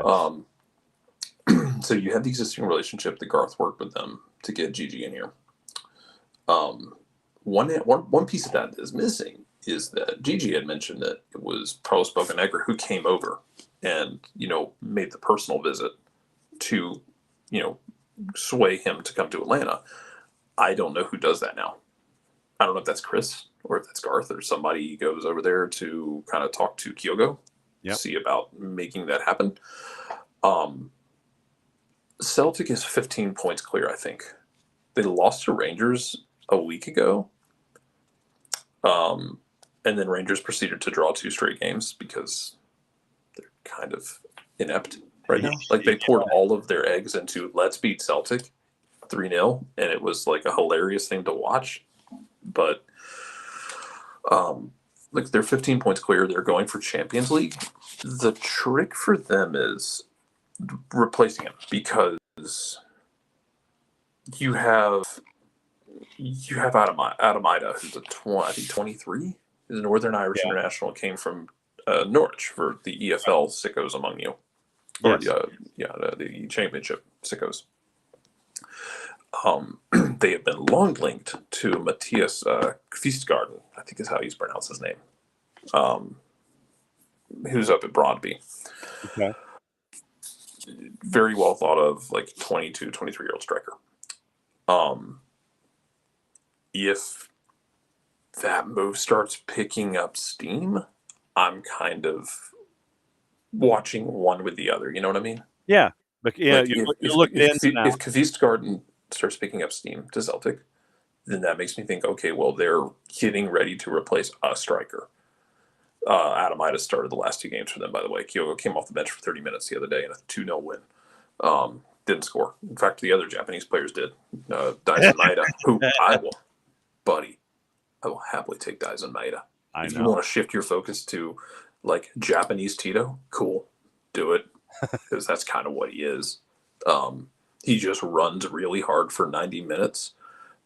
He will press like an absolute demon, and now he's like consistently learned how to finish. Yeah. But he kind of has that Tito quality where like he creates more chances than you expect because of his speed and his quickness. He doesn't finish all of them, obviously, but he creates so many just by being so freaking athletic. Yeah. I would happily take that if you don't want to shift focus and go get a striker elsewhere. Also, he's younger. I think he's like 26, 27. Okay. but I'm kind of watching the Cookies Garden rumor or anyone else who might have popped up for a rumor to get an idea of, is this something Atlanta and Celtic can get across the line? Because, like, yeah, posting the article is kind of dumb. Like, it happened the other day. Mm-hmm. But everyone here is professionals. I don't think that's going to kill anything outright. And if it does, then I feel if that's the thing that breaks it, then there was already stuff to break it. Like, I don't think that's the one thing to break it. Right. For someone who has not seen Furuhashi-san play, what does he bring to the table? He's a more complete striker. Look, when Yakumakis was starting at Celtic, it's because Kyogo was hurt. And then when he started back, it was his starting job to lose. Scores in cup games, has a penchant for popping up in derbies and Champions League games, but smaller than Yakumakis, but more complete, very good pressing, very good counter pressing, good movement in the box, can score with either foot. He's a finisher. Like, he's an athletic finisher. He has that thing where he just needs one touch to get into space, and I think the game slows down for him in those moments when it's 1v1 or 1v2. And he has not produced the same numbers under Brendan Rodgers as he did under Ange Postecoglou. But again, Ange is like out here running it's like, but to an extent, some of that I think is like, it's the Hal Mummy thing, man. Like, it's like Graham Harrell put up numbers in Texas Tech system. Yep. I mean, sometimes it's system related.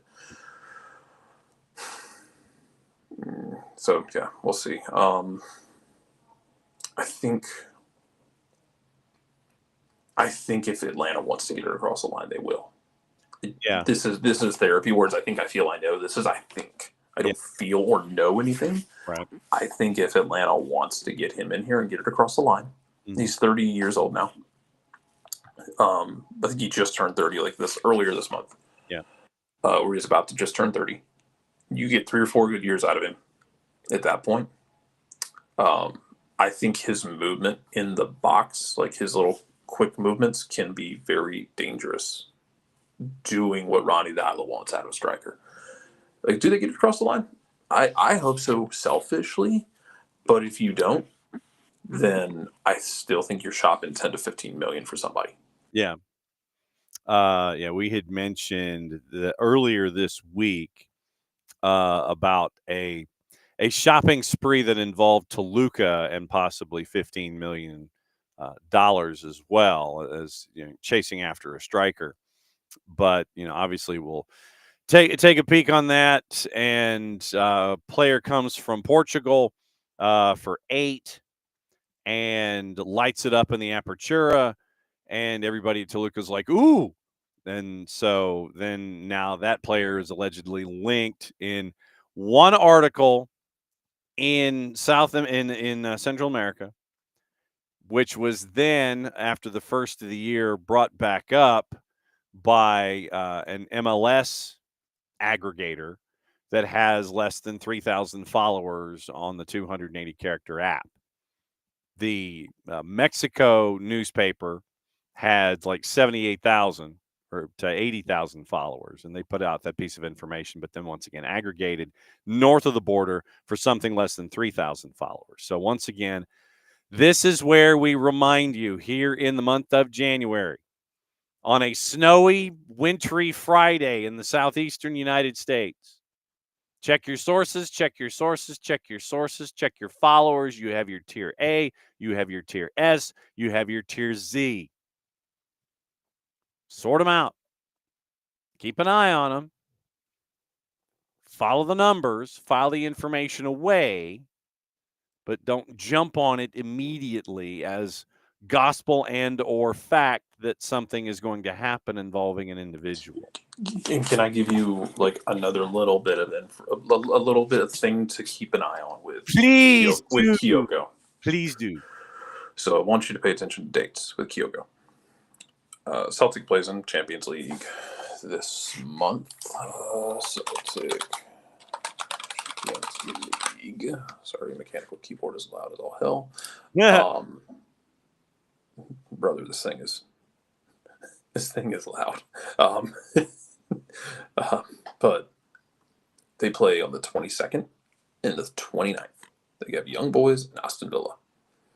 Celtics sitting in 21st place in all the Champions League, the new Champions League setup, whatever the hell it is. Yeah. Be in the top 24 and get out of the group stage. Oh, Roper, you would enjoy this keyboard. All the keys are done in the Black Speech of Mordor from Lord of the Rings. There you go. This is the most. This is my favorite keyboard. I digress. They play 2 games on the 22nd and the 29th in Champions League. I don't know what their future is in Champions League, but they'll get 2 more Champions League games out of him before he would have to leave on the 31st when the window opens here. Yeah. So if we don't see more rumors popping up outside of this, I'm kind of keeping an eye on this timeline because he could play 2 more Champions Leagues, including the Aston Villa match on the 29th. Yeah. And hop on a plane and come stateside. Also, Ropes is wanting to know about Patrick Weah. Patrick Weah, if you go to his 280 character app, still lists him at Minnesota United.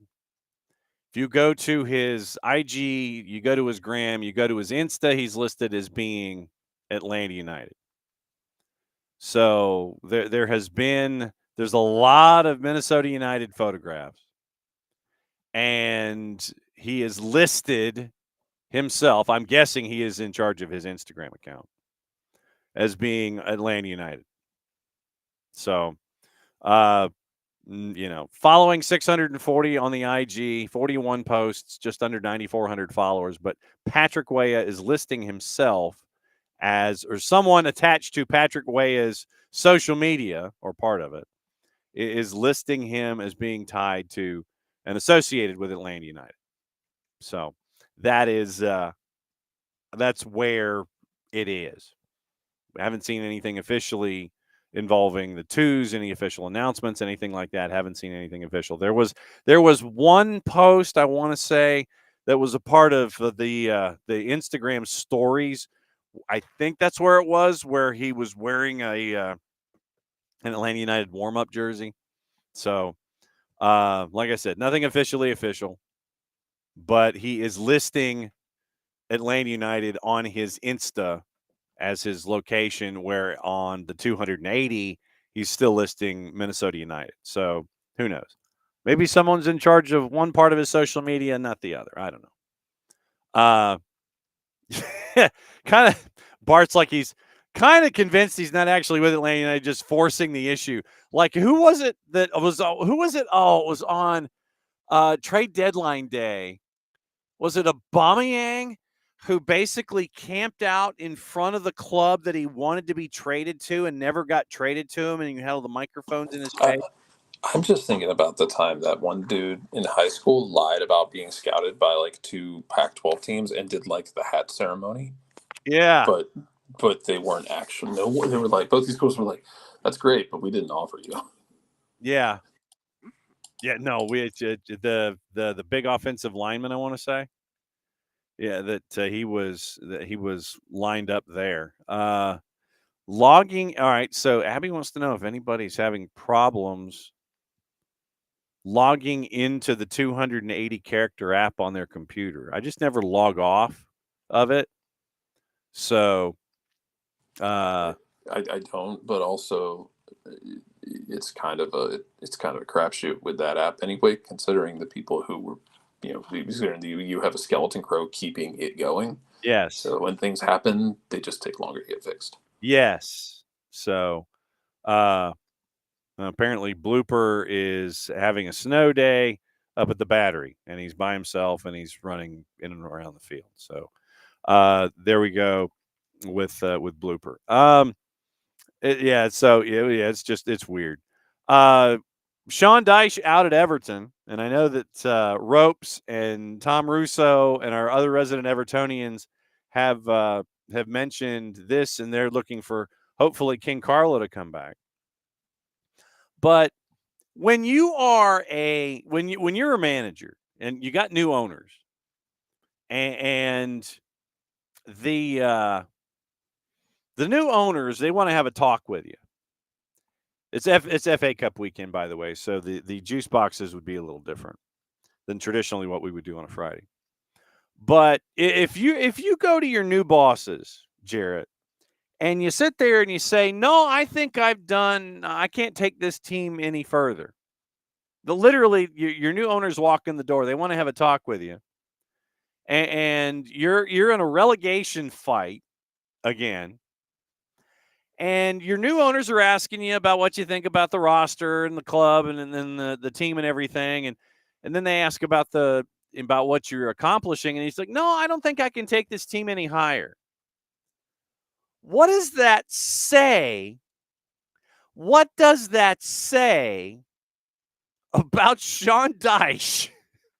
Or does it say more about the Friedkin group where you're kind of like, I think I've maxed it out here. You're not interested in keeping a gig, I guess, but you're just kind of like, I think I've maxed things out. What the hell is that? Do you go into a meeting and have these kinds of discussions? I'm just asking. Yeah, I don't know, man. Like I can't tell if that's I can't do anymore or if it's like a subtle like this team isn't good enough for me Yeah. kind of thing. But you kind of went into this thing. It's like an alternate universe of Office Space where he went to talk to the Bobs. Yeah. I don't know. Tom's like, "I'm not sure how to feel about Dyche. Part of me wants to thank him for getting out of the way. Part wants to be pissed." And that's kind of what I was getting at. It's like, do you want somebody around who's that honest? Do you? Oh, and apparently, there was an opportunity for Ashley Young to play against his kid, in the FA Cup, and they didn't get to play against one another, but they still got to kind of hang out after the match. And I don't know who was more pissed off about it, but yeah, Everton was in the FA Cup, and you had a chance. Dude, they won right after they fired him too. I know, 2-0. Like you got the new manager bounce within like hours. That's amazing. Uh-huh. Yeah, and it was Leighton Baines. Leighton Baines, one of your senior players, was like, "Oh, you can't win with this group." Well, I sure as hell can. And you beat Peterborough in the FA Cup. Well, to be fair, I will never forget when oh man, what Aberdeen Cream. What was his real name? Oh, frickin' Jim, what's his face? Yes, who managed Aberdeen after Stephen Glass basically like walked in the door and was like, "Oh, I can fix this defense in 2 weeks, Yeah, or less than that, or something like that," and then proceeded to like give up the same amount of goals. Yeah, and, like the reason they were giving up goals under Glass is because they were trying to like play on the front foot, yep, and leaving the back exposed a bit, while trying to score a bunch of goals, but. Jim Goodwin, by the way. Jim Goodwin was giving up the equal number of goals while basically playing a shell defense. Yeah, he not only did not fix the defense. It also just became infinitely less entertaining to watch. Yes. Oh my God. So, Abby just posted what apparently is happening. Abby, it might just be that X doesn't like you. Abby posted a link in the Twitch pitch about trying to log on to the 280 character app, and it just kind of flashed at her like it was not interested. So, but hey, Ropes says Peterborough is at the bottom of the League One table. Yes, that may be true. Let me live my romanticism of Leighton Baines being a badass manager. He's like the new Dunk. He's like the new Duncan Ferguson, by the way. That's Leighton Baines could have zero conscience and launch from 30 and get into a scrap and not think about it. He'll get into a scrap and just not think about it at all. So, Jarrett, before you get out of here, what else is on your mind before the weekend other than running for bread, milk, and water? Well, yeah, bread sandwiches, milk sandwiches, bread and milk sandwiches. We're doing it. But that I'll keep a weather eye on Celtics to see what they do, to see what Kyogo does. Yes, thank you. And any other rumors that pop up. I'm sure we'll get some other rumors before it's all said and done. Again, the window isn't open till I think the 31st. Yeah, end of the month. And you'll get more of these rumors. And then, I want to see what happens with Vancouver. Not just the moving thing, but is it Savarese? Because Jesus, y'all, the idea of Giovanni Savarese managing them, in tormenting Portland and putting Portland in the torture rack is very real. It'd be great. I'll leave you with that. All right, so there goes Jarrett, and Jarrett drops by. And it's always good to catch up with Jarrett. All right. What to watch? Gossip, rumor, and innuendo. What to watch, where to watch it, how to watch it. First off, thanks to Carolina Core and Donovan Ricketts for putting up with our silliness. And for Michael Parkhurst for putting up with our silliness, too. It's always great to catch up with them. And like I said, Carolina Core, first one in the barn for training camps, all these kinds of things. Manchester United set to rival PSG for Kavicka Kvaratskhelia, according to L'Equipe. Liverpool could also move for Kvaratskhelia if Napoli allow him to leave this month. That's from our friends at The Athletic. David Moyes looks like he's going to be offered the chance to return. I think that they are dickering over the length. Is it going to be just a short-term deal through the end of the year to try to keep them up, or is it going to be longer than that? West Ham have asked to be kept informed on the availability of Marcus Rashford. Would be interested in taking him on loan once again, but they ain't paying for the full thing. AC Milan and Como also interested in signing Rashford for the remainder of the season, according to Gianluca Di Marzio. Ropes. Rowdy wanted nothing to do with it. Out, in. Where's my blanket? Where's my heater? Arsenal cannot afford the British record transfer fee it would take to sign Alexander Isak from Newcastle this summer, while Alexander Zinchenko could leave the Gunners this month. That's 4-letter paper. Take the information at your own peril. 4 Bournemouth stars are attracting the interest from the Premier League, other clubs. Center back Ilya Zabarnyi, left back Milos Kerkesh, forward Antoine Semenyo, Spain defender Dean Hewson, all being monitored by Chelsea, Newcastle, and Liverpool. Manchester United have joined Arsenal in the race to sign Brian Mbeumo from Brentford. Manchester City working on a deal to sign 18-year-old Brazilian defender Vitor Reis from Palmeiras. It is not an either-or involving Reis and the other purchase options. They want to purchase them both. Forest have inquired on a loan deal to Juve about Douglas Luiz, but he's also on the radar for United, City, and Fulham, 4-letter paper. Southampton keeper Aaron Ramsdale being tracked by Newcastle, 3-letter paper. Dortmund have made an approach for Manchester City's defender Max Allen, Fabrizio Romano. Liverpool and England midfielder Harvey Elliott attracting interest from Brighton and Borussia Dortmund from Lyle Thomas. Crystal Palace's Tyreek Mitchell is wanted by several Premier League clubs. England fullback also being scouted by Atletico Madrid. Villa have entered negotiations with Ligue 2 club Caen for French 18-year-old forward Tidiam Gomis. Juve have made Ronald Araujo their primary target as they aim to sign a new defender this month. Fulham have received an improved offer of over £20 million from Palmeiras for Andres Pereira, 4-letter paper. West Ham have been offered the opportunity to sign Jonathan David from Lille. Bournemouth considering a loan move for Paraguay and LDU Quito striker Alex Arce. So that's where gossip, rumor, and innuendo are.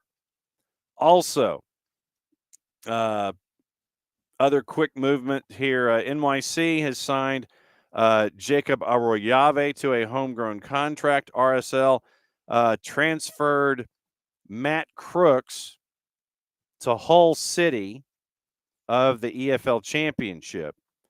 It is now officially official. Toronto has appointed Robin Fraser as head coach. Do I get to play this? Does it work? Is this or did I reassign the name of the thing? Okay, anyway. Robin Fraser, new head coach in Toronto. So that has happened. Tormenta have signed Moldovan defender Anatoly Prepelita. You may remember Prepelita.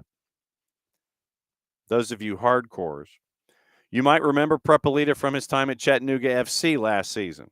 So he moves from Chattanooga FC down to South Georgia Tormenta. Nolan Norris at FC Dallas called into the USU 20 men's national team training camp. Third call-up of 2025.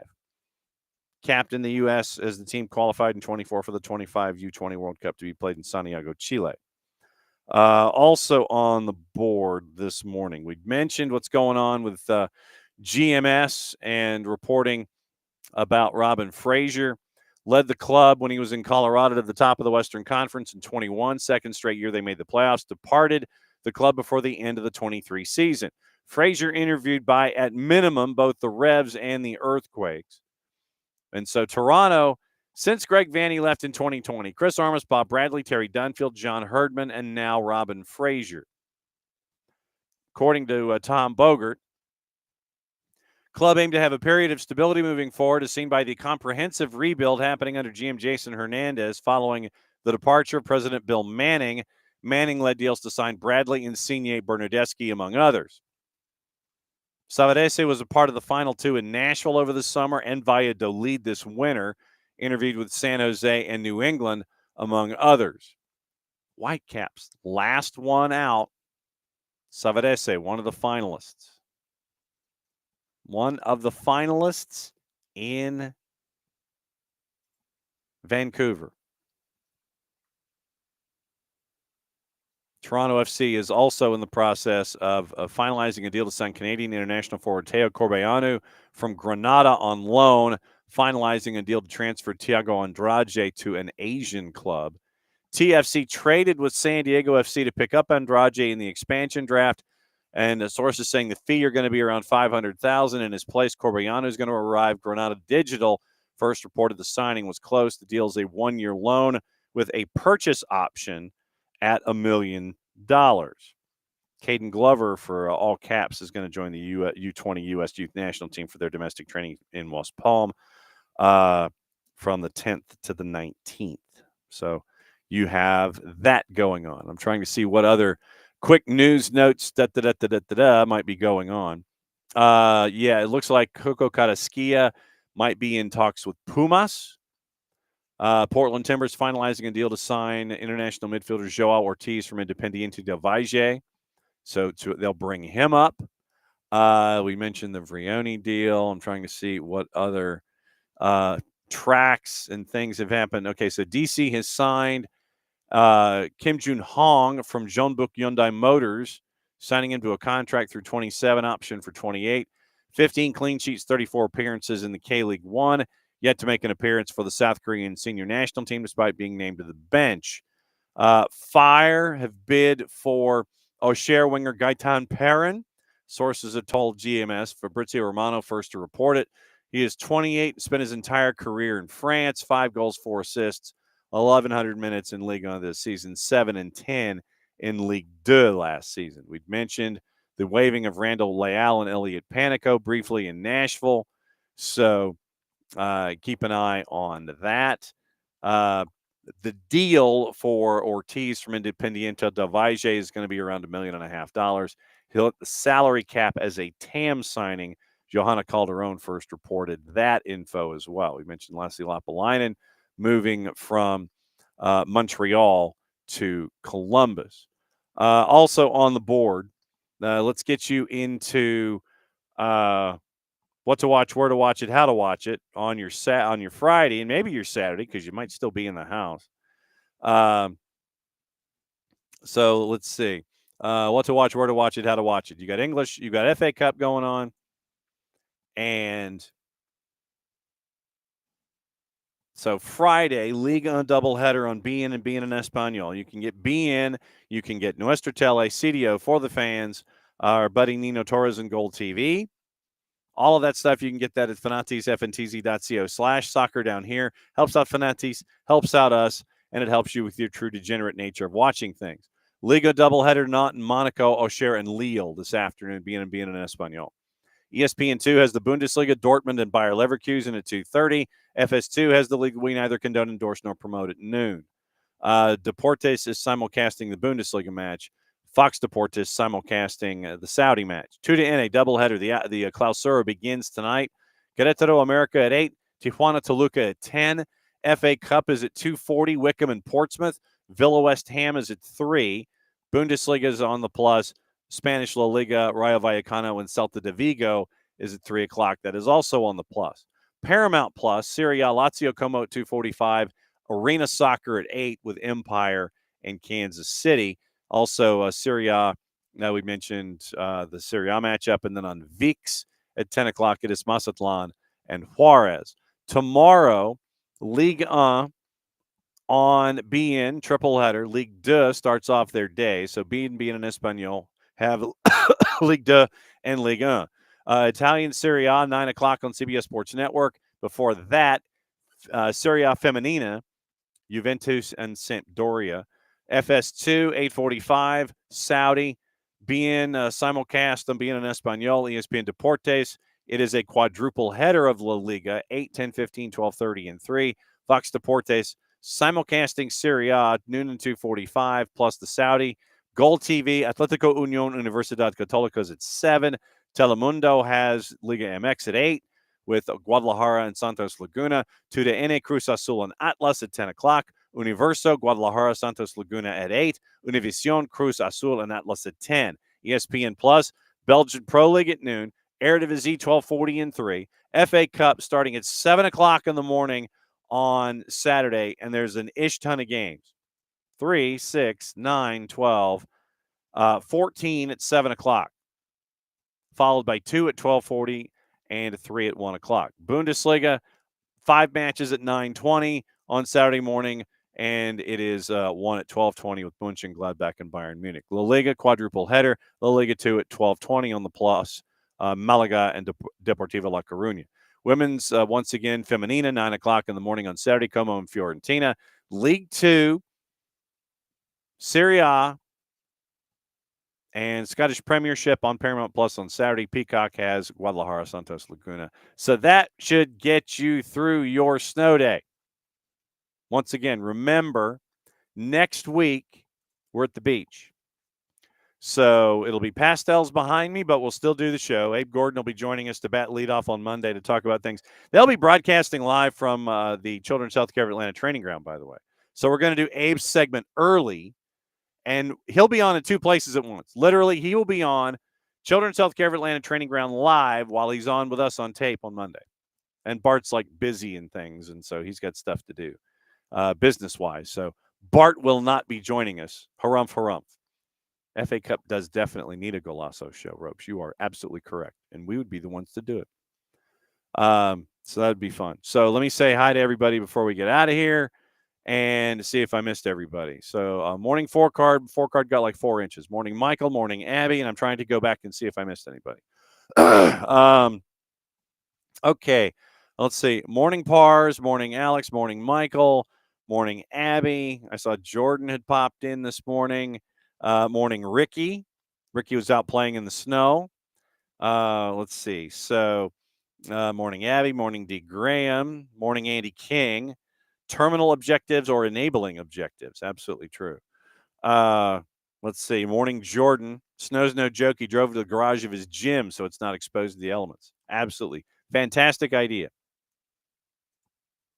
Bart wants a game scheduled at home around April 26 to April 30 so he can attend, I guess, in High Point. So that'd be kind of cool. Let's see. So morning Jordan, morning Ropes, morning Unk. So let's see. And I know that you guys in the Twitch pitch were discussing Kyogo and the article and all of that stuff. Alex is a part of the Premier League discussion this morning and all of that. Let's see. It's morning Bart, morning Jordan, morning Tom. Let's see. What was the? Let's see. There's Ropes, and there's Alex, Dean Graham, the keyboard, Bart, Abby, Alex, Ropes, all of you guys talking. This is fantastic. I love it when you guys do this. Yes. So, Ropes, glad to see you as well. All right. So, that's it for another week. And thanks for putting up with us and going over, because there's a lot of information that we had to get into. Once again, thanks to Donovan Riggets up at Carolina Core. Thanks to Michael Parkhurst. Thanks to Jarrett. Thanks to all of y'all. And so what that means is that we come back here 9:05. Just be safe. Please just be safe. That's all I want. Be safe. Enjoy your time. Enjoy the snow. Enjoy your animals frolicking about if this is what they wish to do. And may your power stay on the entire time, because it's supposed to be dicey tonight and early tomorrow as we try to make our way out of town to go to the beach. So we'll see what happens there. Once again, couldn't do this without all of you. And thanks for being a part of this, especially on a snow day where pictures are very pretty, but we've got to stay safe and not be dangerous out there. So that'll do it. 9:05 again tomorrow. Wow. On Monday morning, we'll be doing it from the beach. So play it safe, everybody. Mucho platial. Since that means it is a Friday, we play ourselves out this way. The war was on. Ah, the keys on the typewriter had sharp points that kept sticking into our fingers. The dictating equipment started asking us questions, and our beepers sent electric shocks just through our body like a cattle prod. Out in the warehouse, the trucks kept banging into the docks, not even thinking about stopping. Oh, our frail bodies were strapped to the chairs, and our chairs were chained to the desks. Our pleas for justice were ignored, and the end seemed near. But we busted our slave drivers' little bitty balls. We've charged out of their brick fortress, the streets